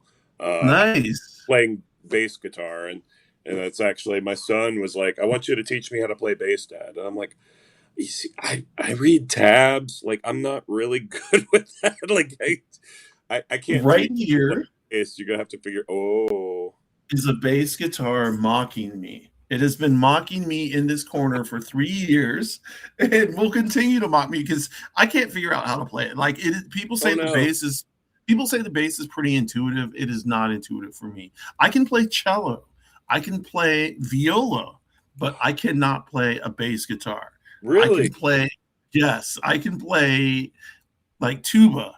I can play baritone, but I cannot play a bass guitar. Hey, did you ever go to any of the Tuba Christmases? No, I don't even know what those are. Tuba Christmas. So, so in high school, I played tuba in the marching band, Which and high school did you go to, by the way? yeah, I can share. It's Meadow Creek High School, Okay, okay. I went to Walton. Oh, Walton. I don't know where Walton is. Meadow Creek, it's in uh, Marietta. Yeah. not Sugarloaf, but Steve Reynolds Boulevard, Okay. Yeah, yeah, yeah. New Trail. So yeah, I played tuba, and so our band director was like, "You have to go and play Tuba Christmas," and I was like, "What?" And it was basically there's this dude that toured around, and he went to all these different cities, and he would come to Atlanta and summon basically every tuba and baritone to the CNN Center, and then we would play Christmas carols, and it was Okay. amazing. It was just like you'd get a book and you'd sight read and you'd practice for a little while, and then we'd go through and practice some of them, and you take the book home with you and you could practice them later, and then come back the next year and play again. It was an incredible experience to hear the Christmas carols played on all of those deep brass instruments. Right. Played like a hodgepodge, right? People would bring their concert instruments, and there'd even be some sousaphones and shit. Right. It's quite a time. So I lived in Columbus, Georgia when something like this happened. I don't know if I was in Atlanta at that time or my parents took me to Atlanta, but it was the same type of thing Hmm. where, it was all tubas and baritones. Yes. And we played what I thought we played though was the Olympic opener. Y- Oh, that's yeah, something different then. I don't know. yeah. And yes, I remember this though. It was, what I remembered was just seeing the glint of light off of the tubas, The off flat of the from grass. the Yes. all the bells. And I was just like, man, this is amazing, It like I just yeah, there was just this feeling, It was an overwhelming feeling. I get overwhelmed pretty easily. So, and I allow myself to get overwhelmed. I want to be overwhelmed. The moment I lose that being overwhelmed is the moment I lose my humanity. And I don't want to lose my humanity. I want to be able to be overwhelmed. I want to believe in people and I want to believe in the good in people, so without me being able to summon my emotions, I'm just cold and dead. Heard. That's that's um, that's really cool. So was you say you played tuba? Was that your first instrument, or what It was your was, yeah, it was. So I wanted to play saxophone, but my music teacher was like, "No, we need a tuba player." And I was like, "Well, I don't really want to play." And she was like, "Well, why don't you play?" And so I started playing. And I was, of course, that my parents were like that seems like the story of every music teacher ever. right, It was just right, because nobody wants to yeah, play tuba. we're putting you into this, and we don't care what you want. It's just Right. play. Right. So, I ended up playing tuba. I was first chair for like pretty much all of my until I got to Atlanta. And then I was like, you know what? I am not marching because at that point I didn't want to march anymore. I just wanted to play concert, and they wouldn't let me. So I was like, okay, I'm done. And unfortunately for me, that was the worst decision I've made in terms of my music. Um, you Oh, know, I should have continued because I was pretty decent. Not gonna say I was the best because I wasn't, but I but was decent enough. you play viola, violin, and cello. Not violin, Oh, viola, and cello. Yeah, viola. which is kind of strange. Yeah, I don't play violin. No. See, those are the most intimidating instruments to me. That Um, they are stringed instruments, which I think it really does take like a special person or a knack to be able to pick up on that. But then to see like those instruments without like the fret markings, I'm like, right, how do you like that's so right. that's intimidating. I don't. Well, I had to learn using the tape, and I started out using, yeah, yeah. And I started out using the Suzuki method, and then I got a teacher. So, no, like because I couldn't, I started off trying to do it myself, and I was like, really quickly, like, this is not going to work. So, Well, I no. think you and me could probably sit and hang out and have a vape or have a beer, have an IPA, and talk about music until the cows. Yes, My wife yes. played. She took piano lessons as a girl, and um, that she had the opportunity to move her childhood piano to our house. So we did that. Okay. She's actually now taking piano lessons with somebody we met in New York City. Really, somebody who performs at Marie's Crisis, which is in the West Village in New York City. Okay. If Onyx, trust me, if you go to New York City, you have Right. to go to Marie's Crisis because it is a gay bar that pretends to be a show bar, like Okay. a show tunes bar. They have a piano Right. and they just play basically show tunes on the piano, and everybody drinks and sings and is gay together.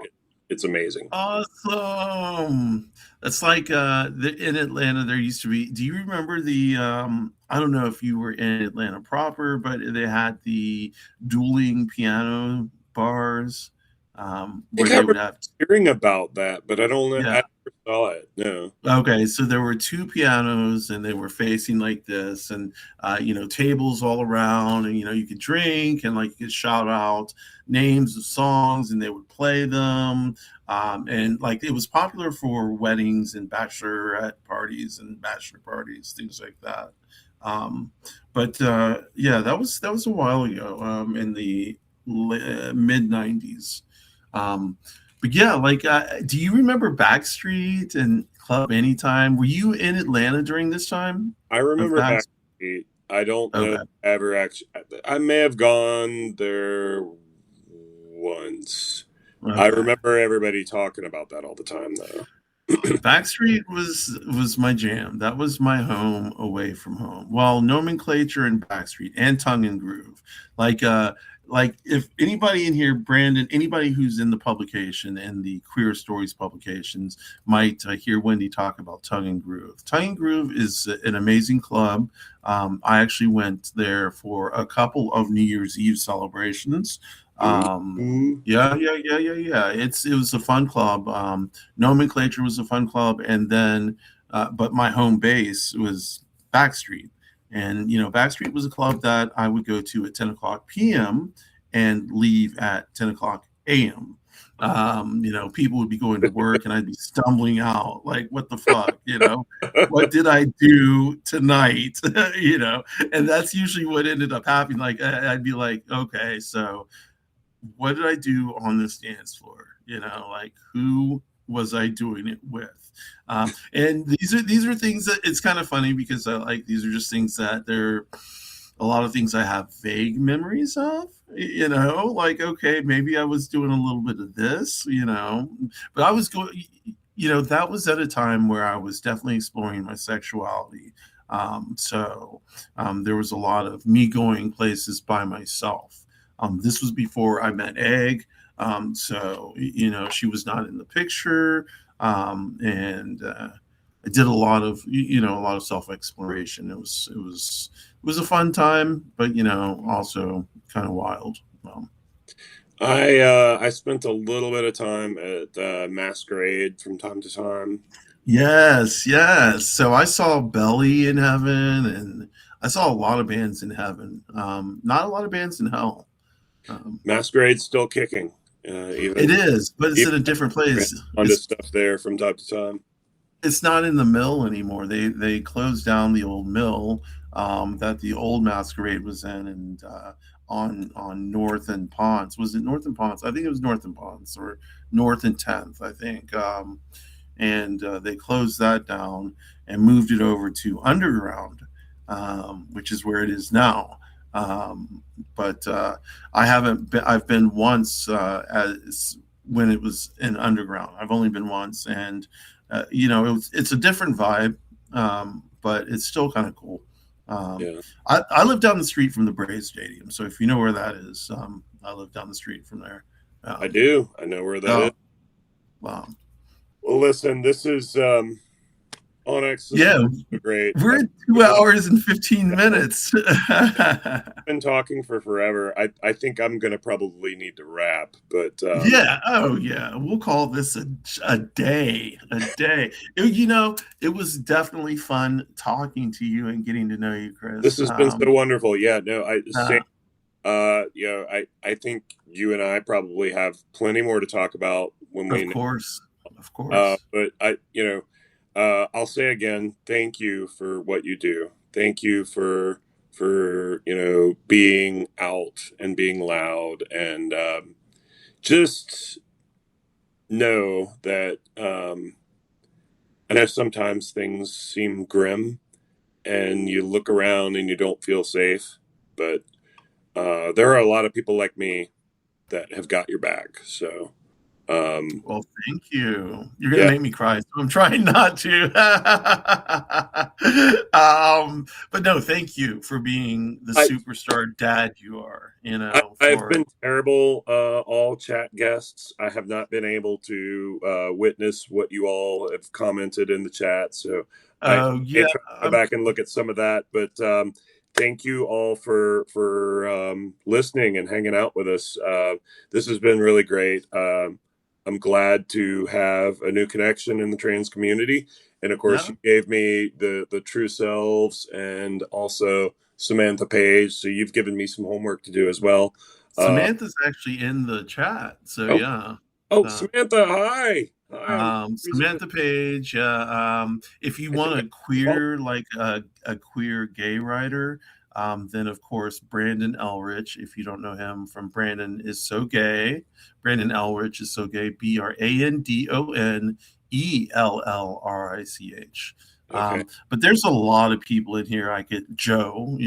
Like everybody in this chat that I know, like writes really good stuff. Like really good stuff. If y'all click and give me a follow, I will come back and I will check all your shit out because I'm terrible. Represent your page, though. Tell them your page. Oh yeah. So I'm Chris Resists on Substack. Like I shared before, I am an Antifa regional commander. I'm in this fight. I'm fighting with you. I'm fighting for you. I'm fighting for everybody. I'm fighting for America. Fighting for my kids and my wife. Um, That, I periodically do lives. I have a dear friend of mine that I do this resistance stuff with that we do a live. Most of the time it's on Thursdays at 10:30 a.m. Eastern. You are all welcome to attend. Typically we're talking about it's usually a news cycle, so it gets a little grim. But the one thing we do always try to do is we try to close on a positive topic. And most of the time that positive is the people. There's some person that just overwhelms us. That's you were talking about being overwhelmed. right, Often right. inspired and overwhelmed by the people doing the work right now. But yes, this thank you so much for having me on. This has You're been. welcome. I write too a little bit. I'm Okay. okay, but it's all likely political in nature, so I understand that gets to be a lot for people It, sometimes. But me, right. dad, I feel like I have to tune in and I have to stay apprised because my family Makes a lot of sense. security Yeah, is makes a lot of sense. responsible for it. So Oh. So let's wrap this up. Everybody, thank you in the chat for coming. This is OnyxRose. I have a site called OnyxRose.net, which is where I do all my writing.